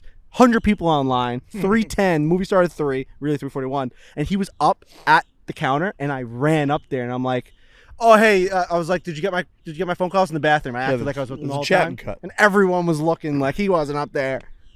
You want to talk about what money does? If you get a lot of money, there's a lot of things it does. You can get nice houses, you can get nice cars. Dave Portnoy was on My Mom's Basement with Robbie Fox talking about Dune 2, and he said that he ate 4 buckets of popcorn. That's the most astonishing thing I've during heard. the movie. It is astonishing, but the most astonishing part, because Robbie asked him, his follow-up was, so you left the movie theater 4 times Nope. and you missed a bunch of stuff?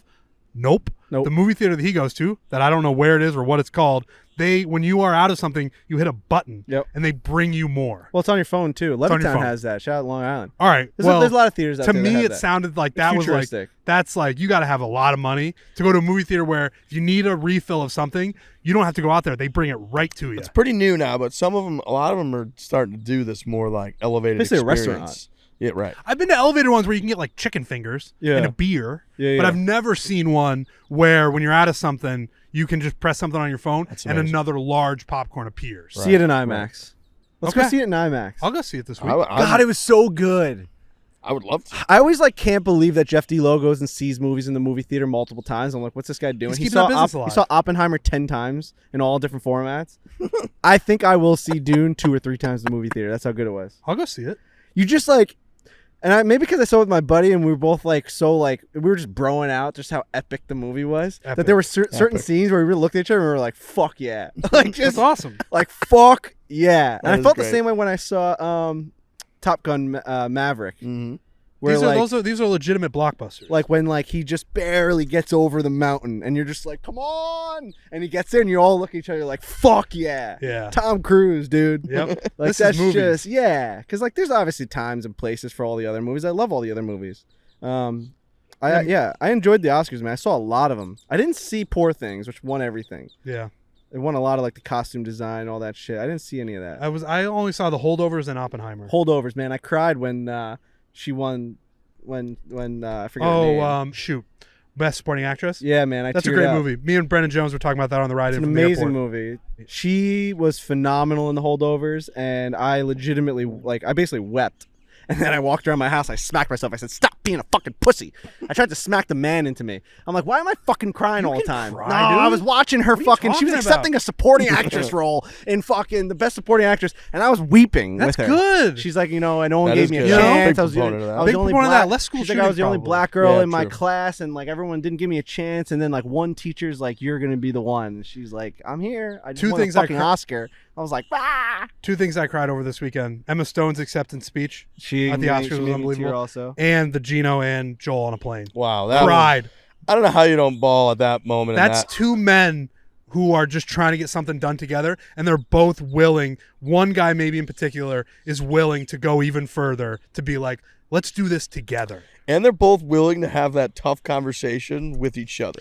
Joel at one A point lot says, of like men and friends just they wouldn't. won't do that. it. No. Joel at one point says, "Thank you for caring about me." Fuck. And I was like, "See Oh, ya." that's insane. There go my tears. Damn. Thank you for caring about me so much. What a And they're line. hugging. Fuck. They're crying. It's Damn it. unbelievable.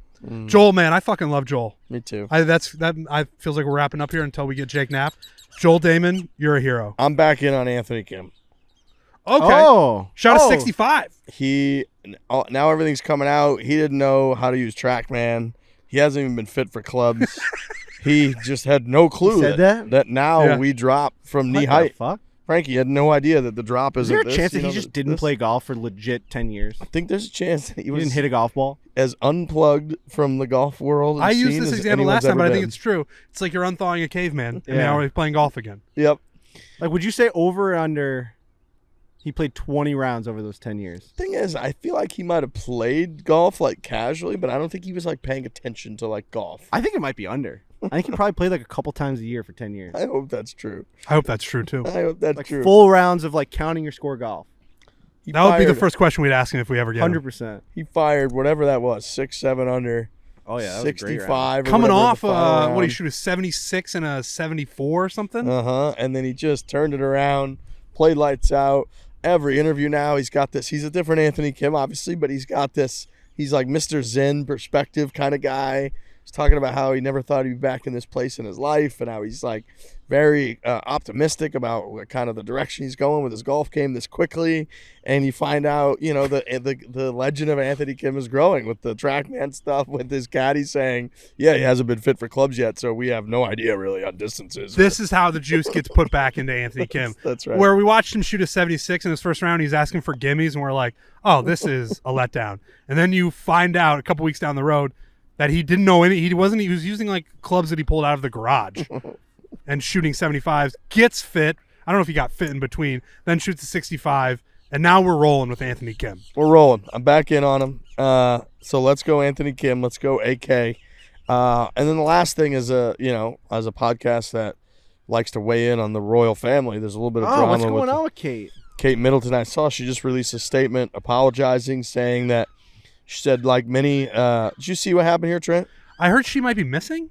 Well, that was definitely a rumor for a while, and there was a lot going on because her and the king, both had some medical issues at the same time. They both were disappeared from public life for a few months. Everybody's like, are they missing? Is she missing? What's going on? And then she released a photo over the weekend of her like hugging her kids and stuff. Photoshopped. Turned out like her hand was not like proper. It Oh, was, I like, saw that. No, one of the girls was missing a thumb. Well, it's kind of. I mean, so- they dissect everything about that family, but if you look at like You the do. son, You're one of these people, yeah, aren't you? no, but like I'm not. I didn't notice this until I saw the fucking website that literally had 19 circles in this photo Gotcha. of the little children, and like, oh, his like ear was like moved, and they were zooming in on it. It was fucking weird. But there is a part of the daughter's arm that's just gone because it's the part that they clearly photoshopped the mom's Kate's arms around him.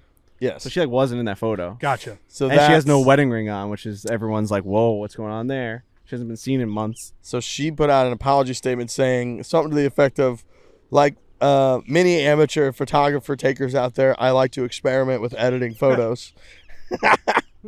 I can see that. Like that stuff gets away from you. Like I always see, like every time I take a couple's photo, I gotta send it to her. She's like doing something with it. Oh, yeah. yeah. I And then see you that. get it back. I mean, fucking Brendan had that problem. Remember? Like someone. Oh, Claire. Claire Rogers. Claire Shout out. tweeted about it, where Claire Rogers was like, "I'm so sorry. I tried to make myself like more tan or something." And Brendan, she must have hit something on the way looked to get possessed into by that. the devil. And Brendan's eyes just like were 1,000 times too big. So it does happen. It happens from time to time. But yeah, she like was seen getting picked up by her mom, and then brought to the I hospital. saw that picture. And then she had like abdominal surgery, and then hasn't been seen for like 2 months. So it's like, it's weird in the fact that like their job is to be seen in public. Like that's like they go to like public things all the time. That's literally They the go to whole the gig. hospital. That's It's the like, that's their gig. job. That's it. So like when she's gone, you're gonna get questions. And I think this in the statement I saw, it was like, we understand that like you guys all want to know, and like we just can't let you know what's going on. The thing I always think about with stuff like that, where what if the truth is boring? Like that, Yeah. I think, like, obviously it's really fun looking at the pictures and people being like, oh, they're using doppelgangers. This isn't actually her. And I'm sure there's times where this has happened, but the truth might also just be like, yeah, she's sick. She literally had abdominal surgery, and she's just but gonna that's be not out. fun. And people be like, you're a sheep if you think that Yeah. that's not a conspiracy theory. But then like, why she have a ring on? She's Listen, like, she's gonna be the next queen of England. It's I'm like, saying it's a lot. You know what I mean? It's one of It's a it's lot.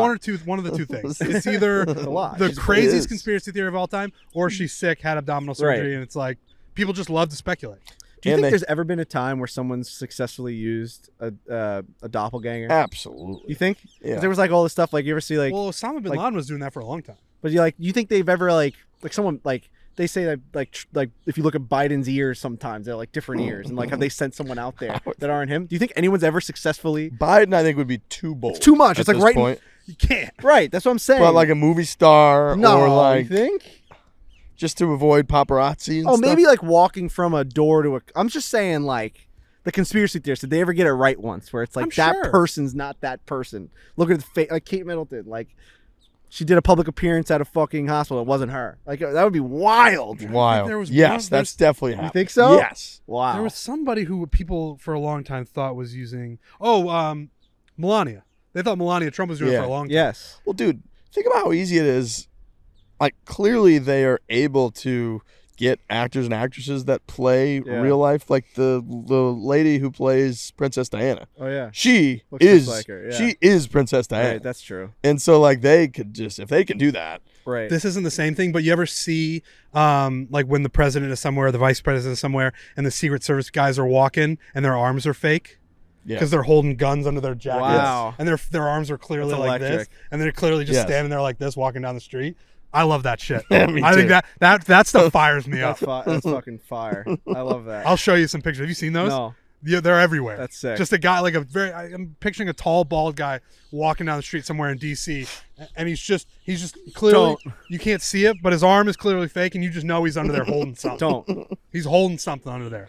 I like that too. That He's fires just me squeezing Biden's heart. Right, just keeping him alive. up. All right. All right. We're gonna Hopefully have Jake Jake Knapp. Knapp. on. Hopefully. I think that's the plan. And then Unless Dan he's taking a Rappaport. nap and he misses it. Nice. All right. Hopefully the podcast isn't a snooze fest. You know. All right. I was gonna say nap, but I couldn't. More nap puns. Yeah. Okay. All right. You guys like the 17th hole? Love it. Yeah, hit the green. I think it's awesome. Everybody did except Lurch topped it in the water. We've had that conversation. If right it's where- harder to hit than 12 at Augusta, We have. it's just. Yeah, I think it's cool. It's cool. I to wonder have how a it's gonna signature play thing. this year because like sometimes when it's really windy and hard pan, Yeah. it's like it's disastrous. I didn't see any rain in the forecast. It's gonna be nice this week. So it's I going think to it be was nice. rainy last year, right? Yeah, Yeah. hot and dry. And I think that means that green's going to play. Remember that like one a year where bitch. it was like 40-mile-an-hour wind? That's what Yeah. sparked that debate where it was like Yeah. guys were hitting like 7 irons into it and it was like moving left to right 30 miles an hour. Remember like the first like 3 groups that came through that day, nobody made better than like double. Yeah. I was like, oh god. All right. Well, enjoy the week. We're hopefully going to now chit chat with Jake Knapp.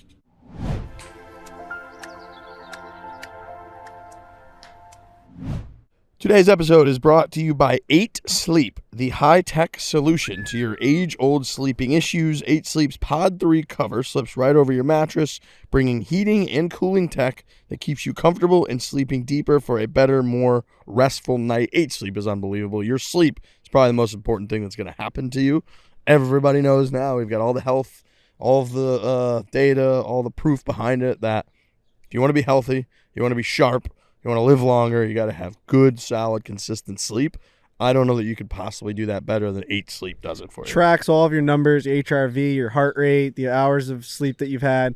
I actually just looked since I've had it for the last I think it goes in like week, month. So I did like the 6-month period, and I think I've averaged like 9 hours and 10 minutes of sleep. Oh my Oh, god! wow. Yeah, That's a lot. it's awesome. Oh, Just my like goodness. really just getting great sleep. It's changed my life. I really think 8 Sleep has changed my life. Like last night, we were out getting dinner, and then it was freezing, and I didn't have a jacket, and I was in the car, and I bumped up the 8 Sleep, knowing we were going to go right into bed because it was late. I bumped up to like 98 degrees, went in, took a shower, came out. The house was cold. I got under the covers in a 98-degree bed, and I was just like, this is the fucking life. And then I set it for like in 1 hour, dropped down to 70 while I was like kind of cooling down and watching the games. Fucking awesome, man. So good. It's the best. What a dream. It really is a dream. It's a dream. Great. The pod cover will improve your sleep by automatically adjusting your bed's temperature based on your individual needs. The cover can be added to any bed, like a fitted sheet allows you and your partner to cool or warm your side of the bed as low as 55 degrees and all the way up to 110 degrees. There's no better way to improve your day-to-day life than better sleep, and the easiest way to do that is with 8 Sleep's Pod 3. Start this year right and invest in the rest you deserve with the 8 Sleep Pod. Go to 8sleep.com/4 and get $250 off plus free shipping on the pod cover by 8 Sleep. That's 8sleep.com/4 and get $250 off.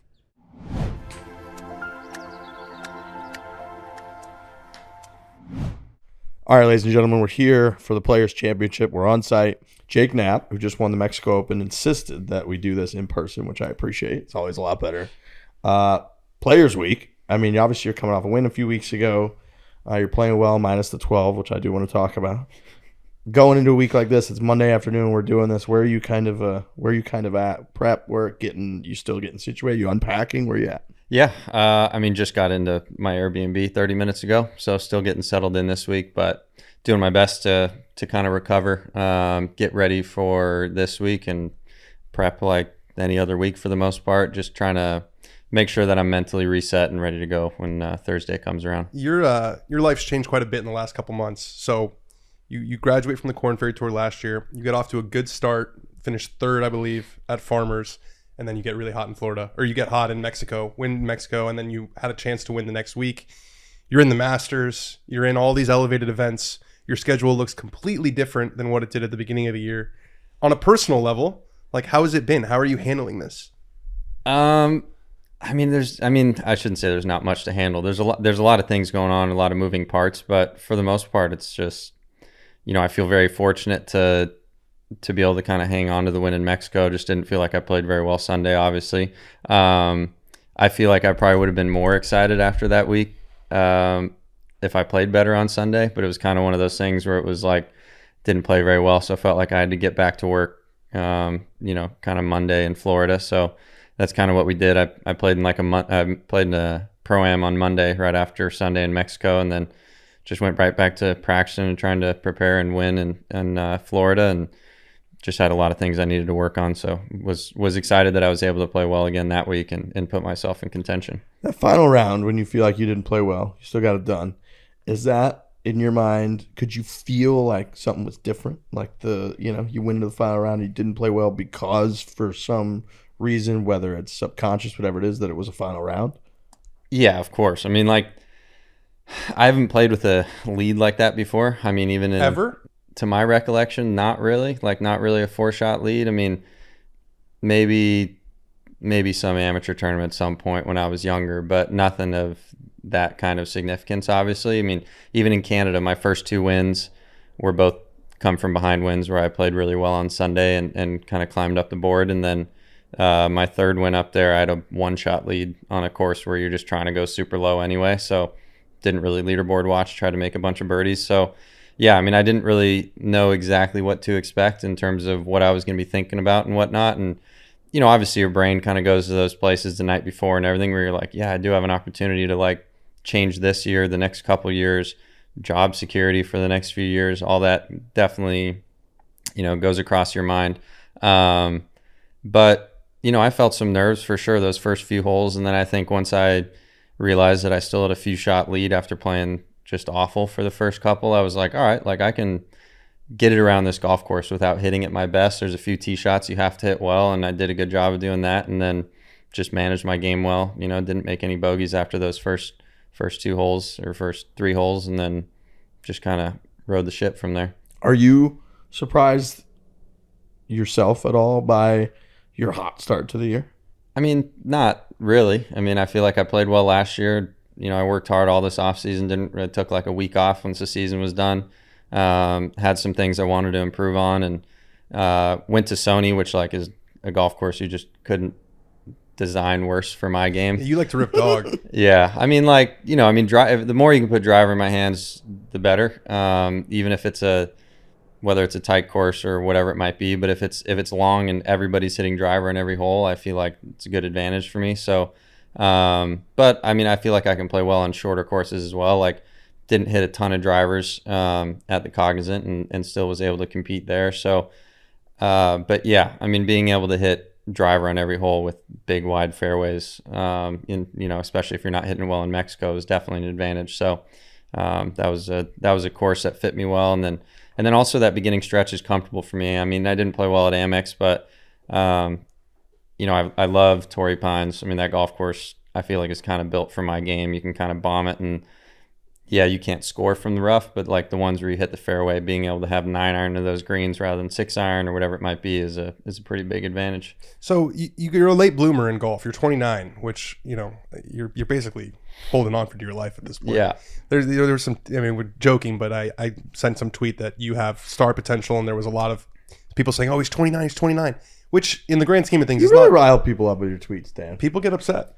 Which I like. Yeah. You have an incredible ability to rattle people with. Yeah, it's so fun to just press send and then like know that the world is burning. Yeah, and I feel like you are pretty good at rattle. Like players catch wind of your tweets. Yeah, I mean, at a certain point, you can't hide. So, and I listen. I get my nose shoved in shit all the time at tour events, and you just take it and move on. Playing the game, baby. That's the game. But anyways, you got a late start. That's what I'm getting at. So, 22 to 29. Tell me about Jake Knapp as a golfer. Tell me about what went wrong or what didn't go right or what took so long for everything to click. I don't think I took like golf professionally all that seriously. I mean, I practiced every day and worked hard and did all that kind of stuff, but I don't think I gave 100% of my effort or necessarily was working on all the right things. I would play in I'd play in like men's league basketball stuff, and I'd play in like men's softball and like just do stuff like that, and had like back injuries that I just kind of was my fault in the gym doing certain things I shouldn't be doing. And then that was the first couple years, and then finally got healthy and had a bad year in Canada. Decided to go play some basketball and tore 3 ligaments in my left foot in 2018, so that'll do it.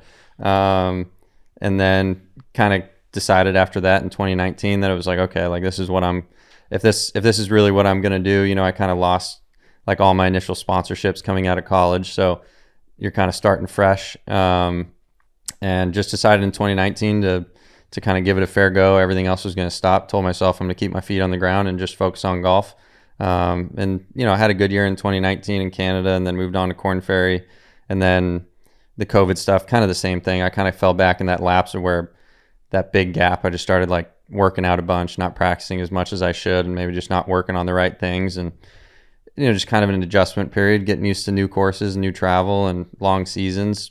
Didn't play well, and and went back up to Canada, kind of humbled, had another good year up there, and just kind of progressed, I guess. Do you get like addicted to working out? Is that what I'm sensing? A little bit, yeah. I mean, it's definitely. You get used to that. The feeling you get when you work out, how you feel after. We're very familiar. Whatever the opposite is of that. Yeah, that's what you're looking at. You love that one right there. Just I can't fathom. Like if I do occasionally, like 2 weeks ago, where I decided to do a bunch of just like push-ups, sit-ups, and I got like 7 push-ups in. It was like, this sucks. This just absolutely sucks. Yeah, I don't like the feeling. I don't like the feeling after I get sore. Yep, which is fair. I mean, it's like. I caught on to it super, super early, and it was just kind of a group of buddies. We always went to the gym in high school, and then I just started taking it super serious and felt like it was a nice escape from golf. Just go in there, put headphones on, work out for a few hours, and Did your friends go play home. water polo? You strike me as like a water polo. You hung out I had with a couple water polo buddies that kids. played water You polo. watch EOC? Yeah. Oh Is that where you yeah, got those oh from? yeah. Yeah. Little Luke, Yeah. you got the kind of Yeah. Orange County A like. few of my boys, Derek Brooks, they all played water polo Were they in high like school. super serious about it? No, I mean our high school athletically wasn't anything super impressive. Okay. Yeah. Well, that's just because I do feel like water polo in real life is not considered like that cool, but in the OC, I mean, these guys Well, were the it's like the football coolest team, yeah. guys I've ever seen in my life. Not I mean- that you guys aren't cool, but they probably No. do other cool stuff. Yeah, but I mean UCLA and USC pretty much forever has gone back and forth winning the national championship every year. So like a buddy of mine in college, Patrick Whoopsie, was on the water polo team and he was a stud and they won the national championship. It seemed like every single year. And like Great Cali bro, like water polo name. What's his Patrick name? Whoopsie.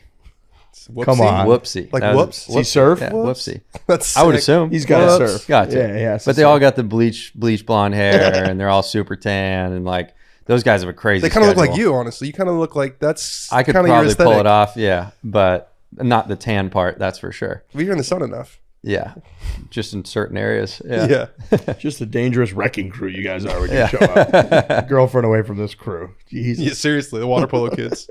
Yeah. What other sports were you? I mean, you seem like you played everything. You tried Yeah, to play I did. everything. I played like club soccer for a long time up until high school. I played freshman basketball and then felt like I was way too short and it wasn't going to take me anywhere. So I pretty much stopped playing everything after my freshman year in high school: basketball, baseball, and soccer.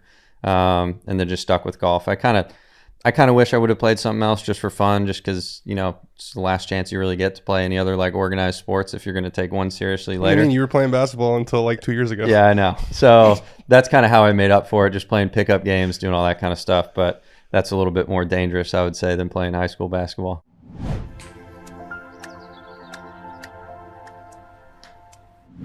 Summer is going to be here, believe it or not, before we even know it. It's already mid-March. We're here at the Players' Championship. Summer's all about the freedom to have fun, but you don't need to blow your budget on a trip to make the most out of it. Forget a vacation and take a tequila-cation Ooh. with new Truly Tequila sodas. We tried these out at the Barstool Classic in Myrtle Beach, and they're fantastic. They really are So good. Love good. the coloring of the cans and just everything about it. It just made you feel good, made you kind of shimmy a little bit, and the taste was just going down so smooth. I had 3 or 4 of them just sitting there at the Barstool Classic. Yeah, you're on a little tequila-cation, as Yes, they sir. call it. This refreshing blend of real fruit juice from concentrate, sparkling water, and premium tequila blanco is the drink of the summer. Try all 4 refreshing flavors. They've got lime, pineapple, guava. That's how you say it, right? Guava. Guava. Yes. Grapefruit and watermelon, all with 5% ABV and just 100 calories. So take your own tequila-cation with new Truly Tequila Soda today. Truly Tequila Soda, keep it light, hard seltzer beverage company, Boston, Massachusetts. Please drink responsibly.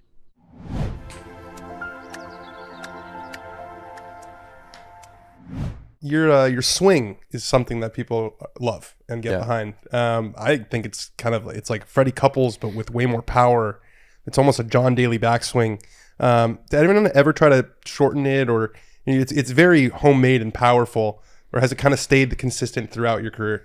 Yeah, I mean, it's stayed pretty consistent. I mean, like Johnny O and I, like we haven't really messed with it too much. It's kind of just a matter of like trying not to fall into, old bad habits or trying to figure out where things kind of go wrong and why that might be, and then just try to keep those things from happening basically. But for the most part, like when I used to always look at my swing on video, I just look at it in like normal speed and just kind of look at the overall rhythm and see how I move and just be like, okay, like, well, that looks like it kind of looks funky and I don't like how my head moves that direction. So like, I'm going to try to get it to move this way. And, I mean, obviously trying to mimic guys like Tiger and Ernie and Freddie and stuff like that was kind of what you're going after. So, yeah, I mean, didn't really try to shorten it.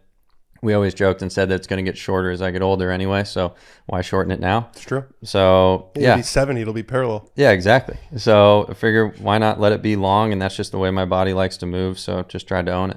Do you ever swing as hard as you can? I mean, not often, but yeah, absolutely. How much can you get it cooking? The fastest I've ever gotten to club head speed wise is 143, and then That's like long drive status. Yeah. Was that with a 48-inch driver? And 47. Yeah. And then other than that, I mean, even right now, I don't think I could get it above like 133 or 34. You're so long that it's like you're not too long. That's not a thing, but you are so long that you probably have to throttle back a lot more than other guys. Which I feel like the stat driving distance, I feel like isn't really a perfect like encapsulation of who's the longest. No, but I mean, to those guys' credit, like the guys who are up there in driving distance, like it's hard to hit it long and straight. So it's like if I wanted to lead in driving distance, like I'm sure I could, but I'm not going to hit very many fairways. I mean, already I'm trying to get my fairway percentage up, and like, you know, I feel like I can do that if I tone it back a little bit. Obviously, I'm going to have some weeks where kind of spray it. I mean, dispersion is a cone. It's not, 50 yards or 40 yards for everybody. So the farther you hit it, the farther it can go offline. So, I mean, yeah, I definitely tone it back a lot, and it kind of takes like the right shape of a hole, or the right size of a fairway, or the right wind direction, or just the right feeling for me to step up and like let one go.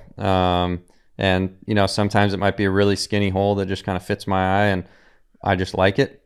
And other times it might be a really wide open hole where I'm like, I don't know, I still just don't like it. So I'm just going to find the fairway. So yeah, I mean, the distance stats are, they are what they are, but the guys who get it out there, like Rory's impressive to watch, because he full rips driver and just hits it on a string. And that's very difficult to do. Do you ever have any rounds where you just, for whatever reason, you just throw it all out the window and you're just like, fuck this, I'm just hitting driver everywhere? No, I kind of like have thought about it. Can we get more of those rounds? Yeah. Maybe if my career gets to a certain point, I'll let it happen more. I've thought about it, after a tournament, like my buddy who caddies for me, we've talked about like, I wonder what would happen if I just hit driver on, the holes where we were 50-50 on. I wonder if we just hit it for 4 days, like what my scoring average would be. But that's kind of the main thing I've changed in the last couple of years is like I leave. There's no regrets or anything in any of the decisions I make. Like whatever decision I make, I understand the consequences, good and or bad, and I'm good with it. So it's like it's easy to say after the fact, like, oh, I should have just hit driver, I should have just hit this club, and it's like, well, yeah, if you hit it in a bad spot, like it's easy to say that now, but in the moment, I trust my decisions I'm making. So we feel good about the 6th hole on Saturday. The decisions were solid. The decisions were solid. The swings weren't. Yeah. So you made it 12. You made it 12. Yeah. Was it a little tin cup action where you kept hitting the same shot? The first two. Yeah. Let's go shot by shot. Shot by shot. I mean, this is the like half. It's a half moon hole, right? Yeah. John Daly hole. Yeah. Where he made 18, I think. Yep. Okay. Bryson so hole. I was trying to top him, but I fell just short. I didn't have the cojones to take on the line that he did every time. Par 5 just wraps all the way around the water.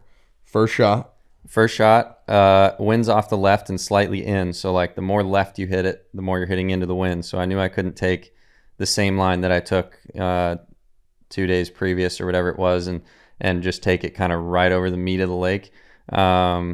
So I knew I had to aim a little bit more right. Usually my like kind of fairway finder go-to shot is a little fade. How far does that thing go usually? I mean, like if I like choke down and just like hit it, it'll carry just over 300. So it'll carry like 306-ish or something like that. So it's probably hot, right? It kind of like should be a little bit lower spin, lower launch. And so I tried to aim at this cover that was like a 310-ish cover line or so, and just like let the wind in my ball flight peel it back and cut it on this, like, I think it was like just over 270 cover line, and just hit it a little high in the face, had no spin, and just started left, never moved. I knew it was going to have to go. I never saw the video or watched it and saw like how short of the cover it missed, but yeah, that one wasn't good. And I mean, the game plan was fine. Like execution just wasn't there. So it's like, can't really get upset. Just made a bad swing. Like that's just golf. So went to hit the same shot. Next one, pretty much did the exact same thing, but hit it a little off the toe and it kind of quacked down to the left. I'm like, okay, well, that's just not good. Do you at this point, are you saying things? Are you, because you're going again and again and again. And so, I mean, I'm just like, all right, like, well, let's just not make the same mistake again. So we clubbed down and we're like, all right, let's just take a safe line, hit it at the right bunker, call it good. We'll cut it. If it cuts right at the right bunker, like no big deal. The through line's like 280 or whatever it was. So went to hit my mini driver and just kind of cut it and like hit it low in the face, spins up to the right. It was a very like, just get me off this tee box swing. And what I didn't realize, because I never expected to have to take that line, is there's like they put up a boundary fence, like this little fence to guard from the parking lot. Oh no. And with how optically it looks like it kind of just works like left to right.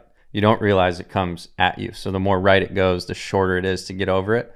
So I see people kind of walking over next to it, and I'm thinking like, oh, maybe it just rolled up against the fence. Little did I know it hopped right over it.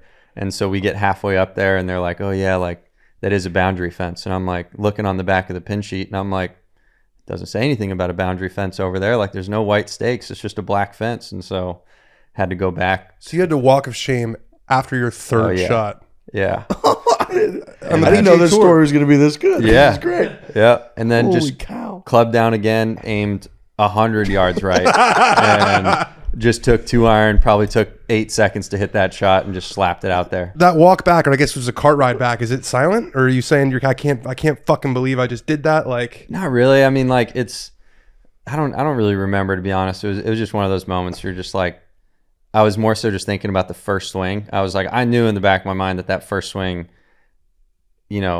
was a pretty darn good swing. Like I wasn't upset at it. I knew it had to probably go a few yards on that line, but I was like, man, like what if that thing just covers? You by might a have couple been yards? 5 yards from making a four. well, that's on the this thing about stuff. about that hole, is that if it does cover on that line, you're golden. Yeah, you're a shot away from making a 2 or 3. Like Yeah. you just never know. So it's just one of those. It's just one of those crazy So you're moments. lying And seven. You're hitting your seventh. yeah, on the tee. 1, 3, 5, 7. So I'm hitting 8 from right next to this tree, and Amazing. that's where like my caddy and I was just like, okay, like we're not going to do anything silly. We're not going to like try to now hit it to 100 yards out. So we just took like 9-iron, hit it to the corner, took 6-iron, hit it in front of the green, chipped it up, 2-putted, and I just kind of laughed walking off the green. I'm like, what a crazy hole! Yeah. Like it's just wild. And like, obviously I would have liked it to go differently. I mean, it is what it is, but. So there was a great, whatever it was, Saturday? Was it Saturday? Yes. Yeah. So I was playing golf with some buddies, and we weren't teeing. There was rain coming in, so we didn't tee off till like 2 in the afternoon or something. So we're sitting there watching the coverage, and they did the thing where they cut to you on like a tee, but they didn't put any graphics on yet. It was just they come back from a commercial or something and just cut to you. And we were like, oh, Jake Knapp, he's been playing great lately. And then they put up on the top like plus 14 or something. And we were like, oh, what the hell happened? I know. And luckily, like, because I was just thinking like, oh, man, he must have really lost or something. And then somebody an hour later was like, dude, remember we saw Jake Knapp was 14 over? They were like, made it 12 on a hole. I was like, oh, okay, it makes sense. I was like, I mean, we only shot 9 over with a 12. I'm like, that's not terrible. too bad. I was like, that's all right.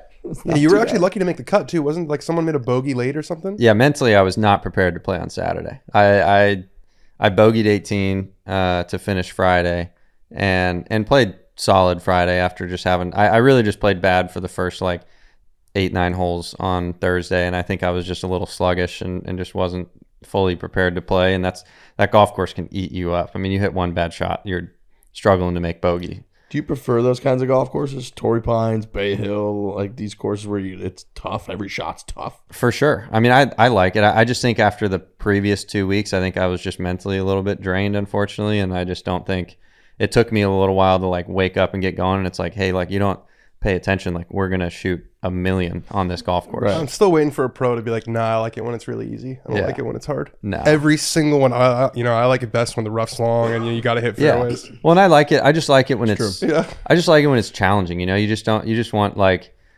I enjoy courses like that. Like I enjoy courses that are really tough. I mean, Bay Hill, there's not a lot of shots out there where you're just like, all right, this is a free one. Finally we get like to take a breather. It's like, no, like every single shot is hard. Like if you miss a fairway in a par 5, that layup is not easy. Like on number 4, the last round, straight into the wind.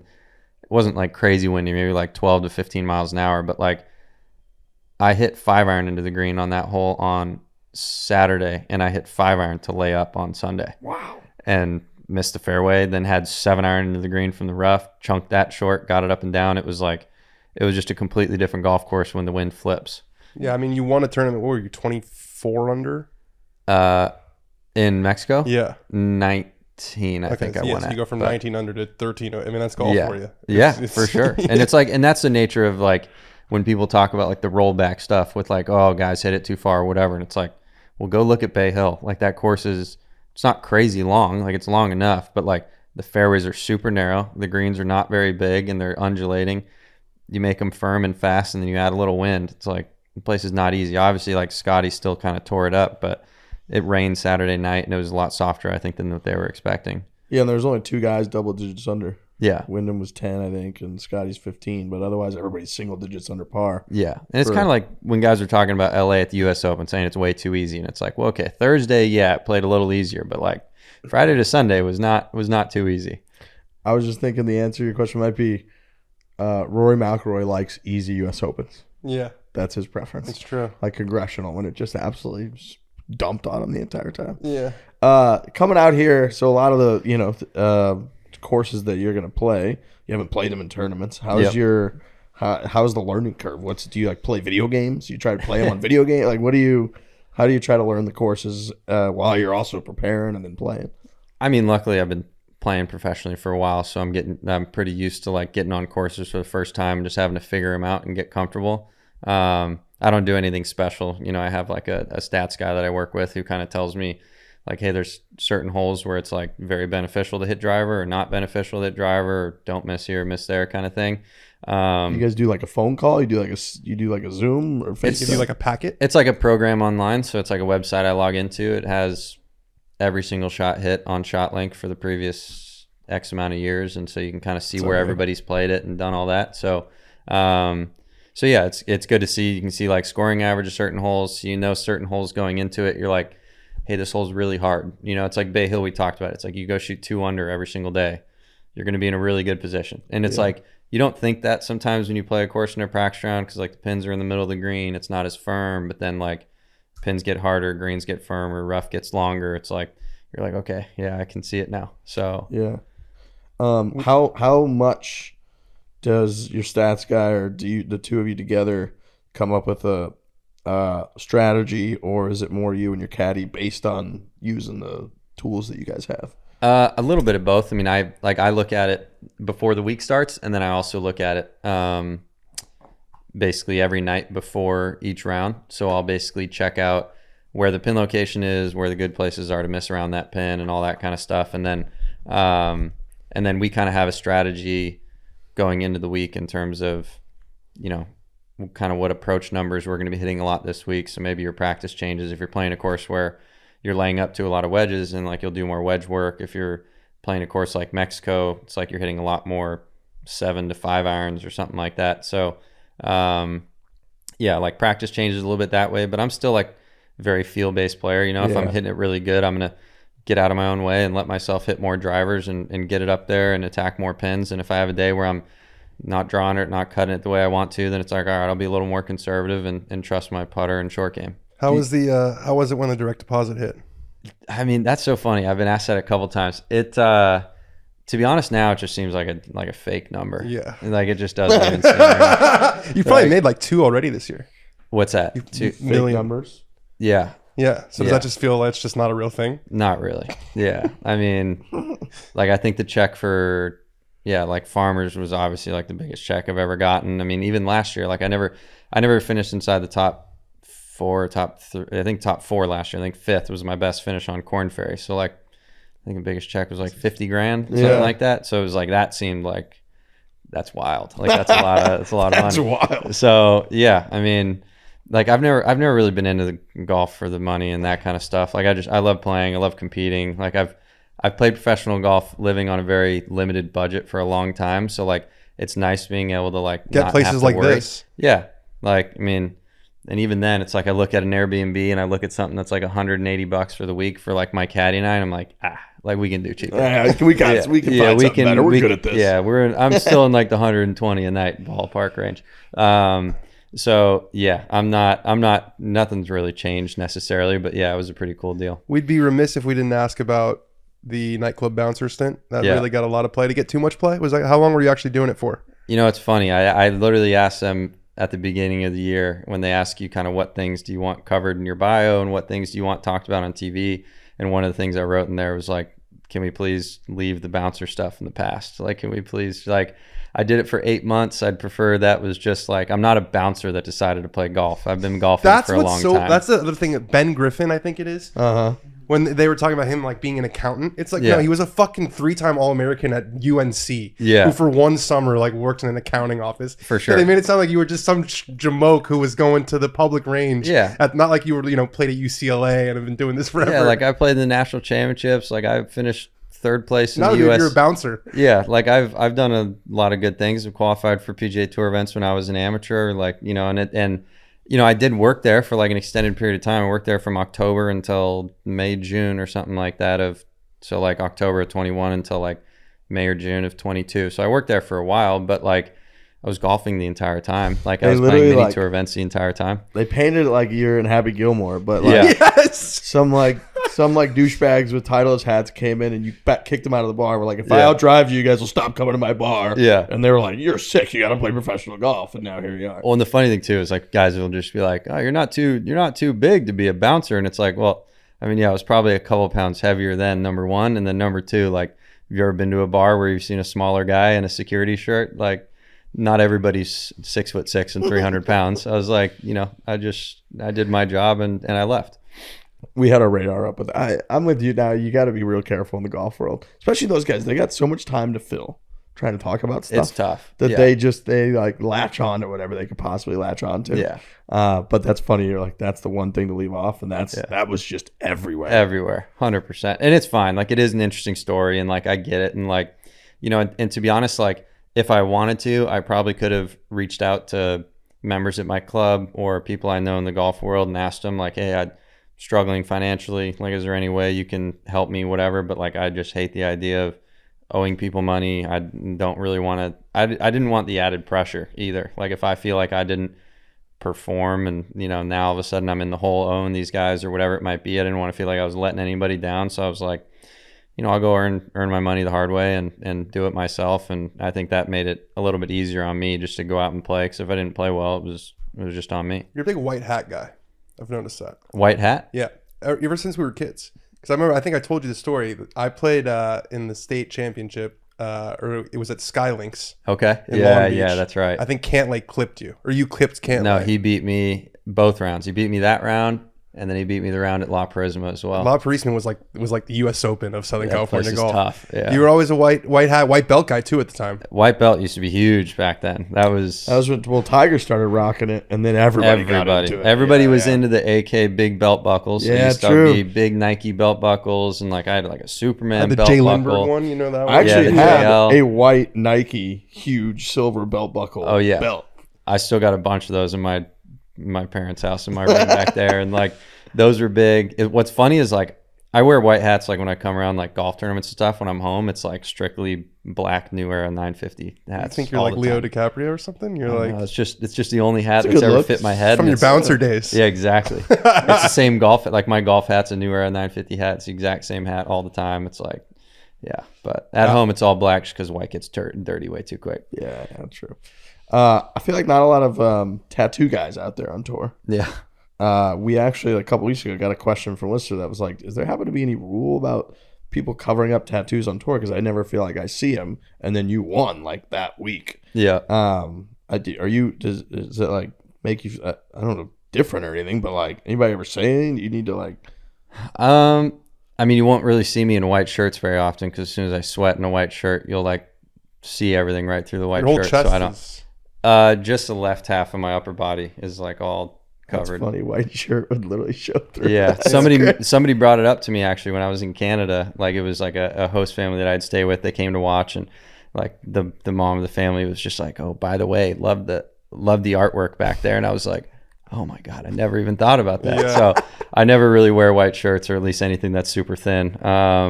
But yeah, no, I've just like always loved tattoos, and like, not that they like make me different, but all of them are like pretty meaningful to me for the most part. I mean, I've got tattoos. I've got 5 or 6 now. yeah, like we've talked about it, and it's like I think they're also like kind of stories in time. Like some of them, maybe I got in like when I wasn't in a great mental space and whatever, but like they still mean a lot to me now, and I love them. So I don't really know if there's any rules necessarily. I know like Pavone has one. yeah, Pavone and I have talked about it a bunch. Like he has a lot and he's kind of covered, but he wears sun sleeves, so you don't really see his other than the one on his hands and whatnot. But I've also just there's stuff I'll eventually get that'll be like a little bit more visible, but I didn't want to be known as like, no, there's a guy with tattoos. I didn't want that to be like my label. So I like the fact that Bouncer with private. tattoos. Yeah, exactly.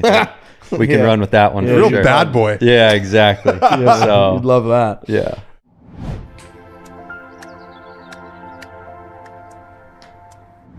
Vortex is new to golf, but not new to rangefinders. They're the #1 sport optics company in the world. They are featuring image stabilization. Took me a second to get through. You that. got it. Okay. You stabilize yourself. Keep your view of the pin steady, even when you've been overserved. So they think that you might be, a little. Oh, they're wobbly factoring with that in. bad That's boy. good. Right, That's beer smart. goggles. And there's accurate, reliable slope, so you've got all the info you need to pull the right club. Get VIP warranty, a no BS, unlimited lifetime warranty, no receipt needed. Bachelor parties get out of hand. Vortex gets it. Look, I got one of these Vortex rangefinders. It is awesome. You can tell when you hold a rangefinder if it's sturdy, if it's solid. The weight is really important because I got this too. Huge. You pick it up and you're like, oh, this is a real thing. Yeah. It's got This the is a- magnet, which is a game changer. Game You pretty much changer. have to have the magnet now. You just slap it right in the corner there of your golf cart. You grab it as soon as you stand up, get the yardage. It's got really good, like the, whatever it is, like the sharpness when you look through it at the pin. The clarity, yeah. Yeah, it's very, very clean. So the Vortex rangefinder, it's awesome. Head to scheels.com, SCHEELS.com to see the full lineup of Vortex Golf rangefinders, and be sure to follow Vortex Golf on all social platforms, where you can lie to strangers on the internet about your handicap, it says. What? Is that a shot at us? I don't know. I think it's a shot. I think that's a shot. Who the fuck do these guys think they are? I'm a little bit Ron Burgundy myself. Too. I was like, what the fuck? What is going on here? You read it and looked up at us like, wait a second. Vortex. Wow. Great show, everyone. Yeah. Honestly, you know what Good people? stuff. You know how many people are gonna buy this thing now? Vortex just became like that was unreal. That was really the good. rangefinder of the people. Again, go to God. shields.com and you can see the full lineup of Vortex golf rangefinders.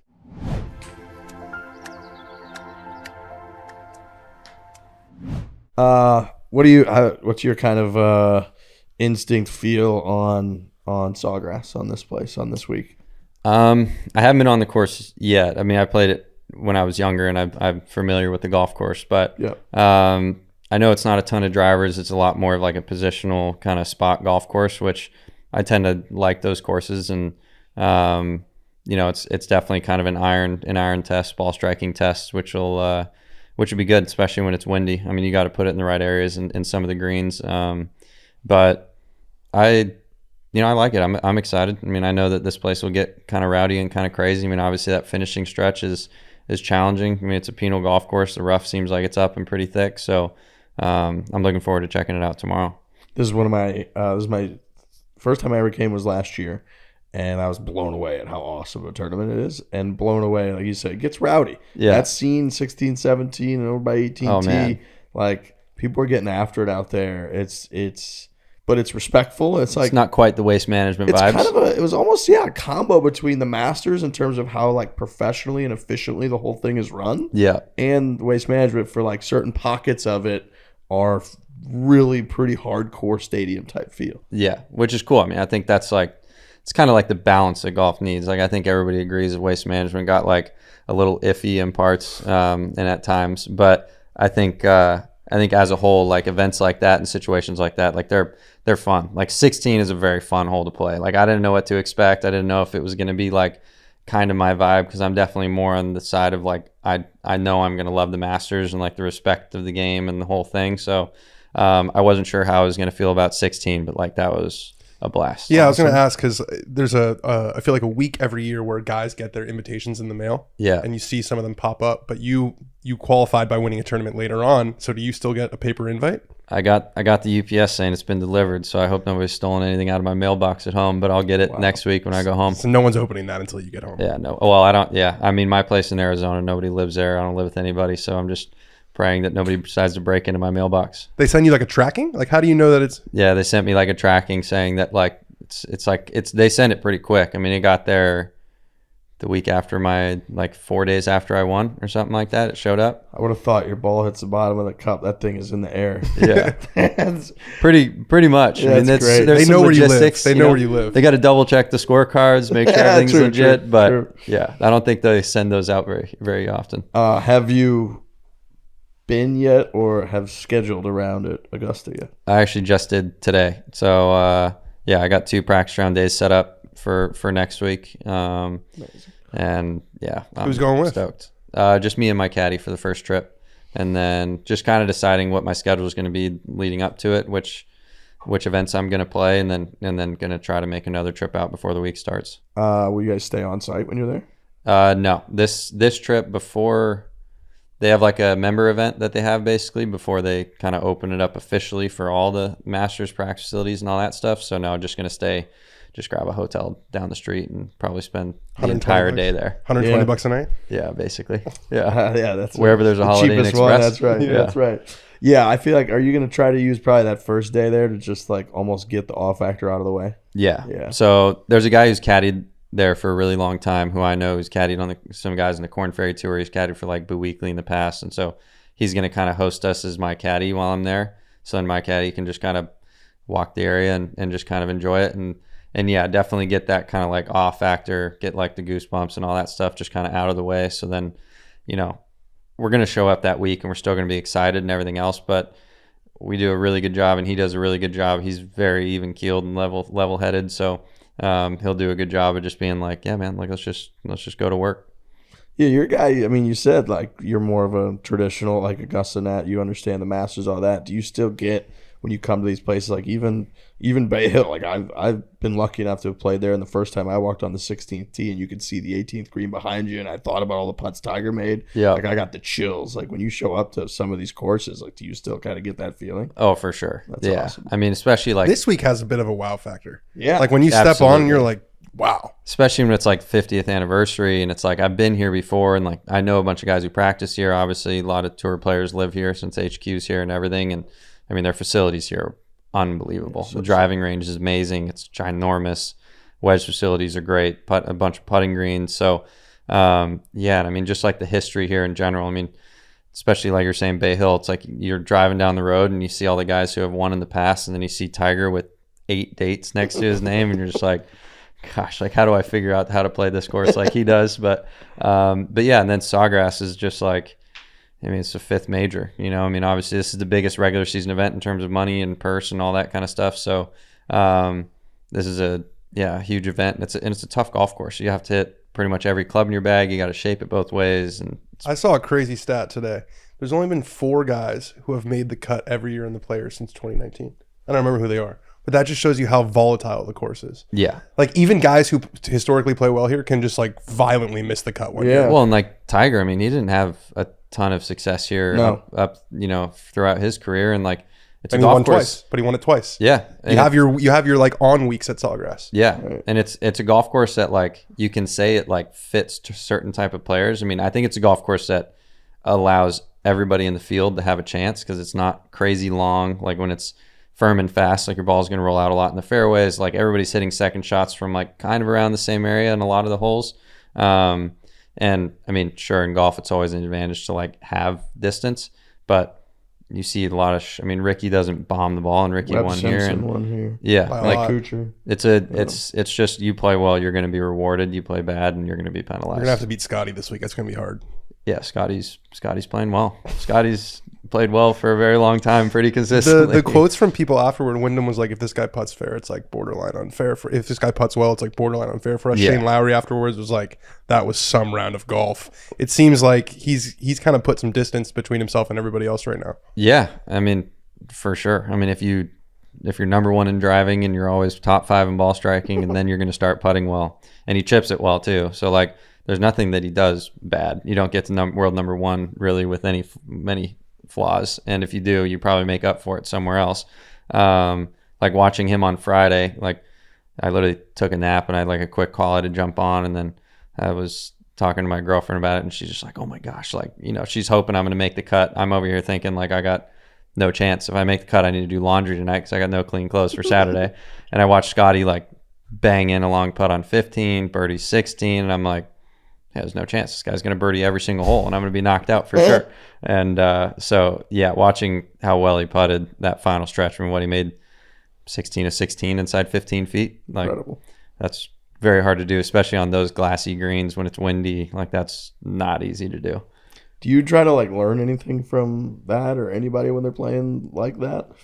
I think he's one of the very few moves that like you can't copy. Right. That. You break your Like, ankle. Yeah, like what he does is like like you can watch Rory Rips and your knee kind of apart again. Yeah. God, he's trying the Scottie. You're like you can watch Rory and Tiger and like watch some of these guys and kind of see how they move and like how they play. I mean, you can watch Scottie in terms of like how he plays, but like until you're actually like on the golf course, like I remember watching Rory play the 2019 Canadian Open that I played in, and like I finished I think second to last that week.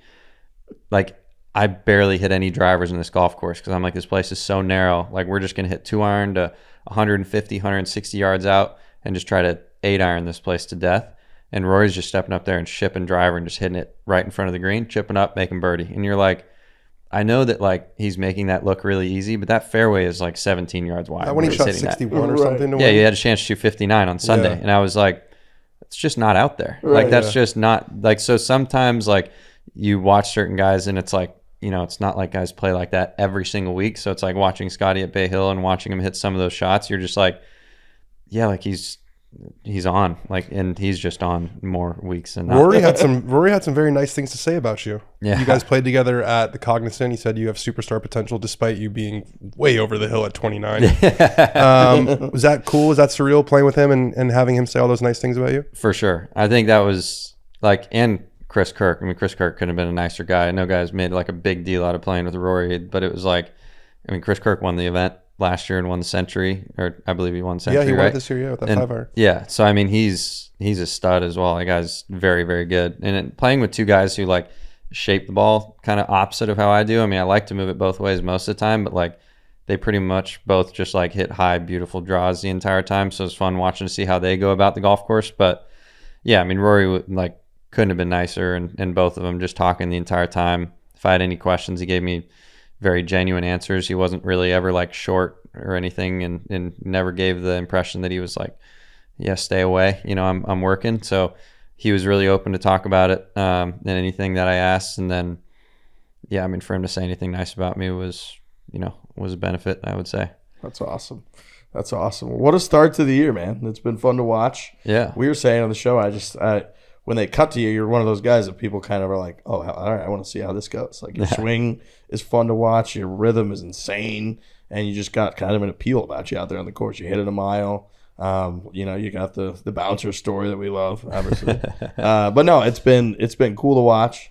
You know, when we were at the Corn Ferry Tour event last year, obviously, and then to kind of see somebody from there go out, get a win. You're getting compliments from Rory. You're going to be going to Augusta next week and gear up for the Masters. Is very cool for us to watch. I think Riggs is proud of you is what he's trying to say. Yeah. Very proud. I appreciate you. Very proud. I appreciate you. Very proud. I of what you've done expected it. this I year. expected it. So. I know. Well, that's the funny thing, right? When people are like, oh, you know, I'm not surprised. And I'm like, I wish you could have been there a couple of years ago. Yeah, you'd be real surprised. You'd be surprised. Like, you know, there's, you know, I mean, I know that everybody's like, you know, with time, whatever. But it's like, you know, golf's hard. You know, you like to think that you're going to like get over that hump and like good things are going to happen. But like, you also have to play well at the right time. Like, you know, I'm fortunate that I was playing well at a course like Mexico at the right time because that course fits me. If I'm playing that well at a course that maybe doesn't fit me as well, maybe I finish in fifth and I don't win. So it's like, yeah, I mean, playing well at the right time helps, and yeah, it's been a good start. Looking to hopefully have a good finish. Unreal. We'll have a great week this week of the Players. We'll see you out there,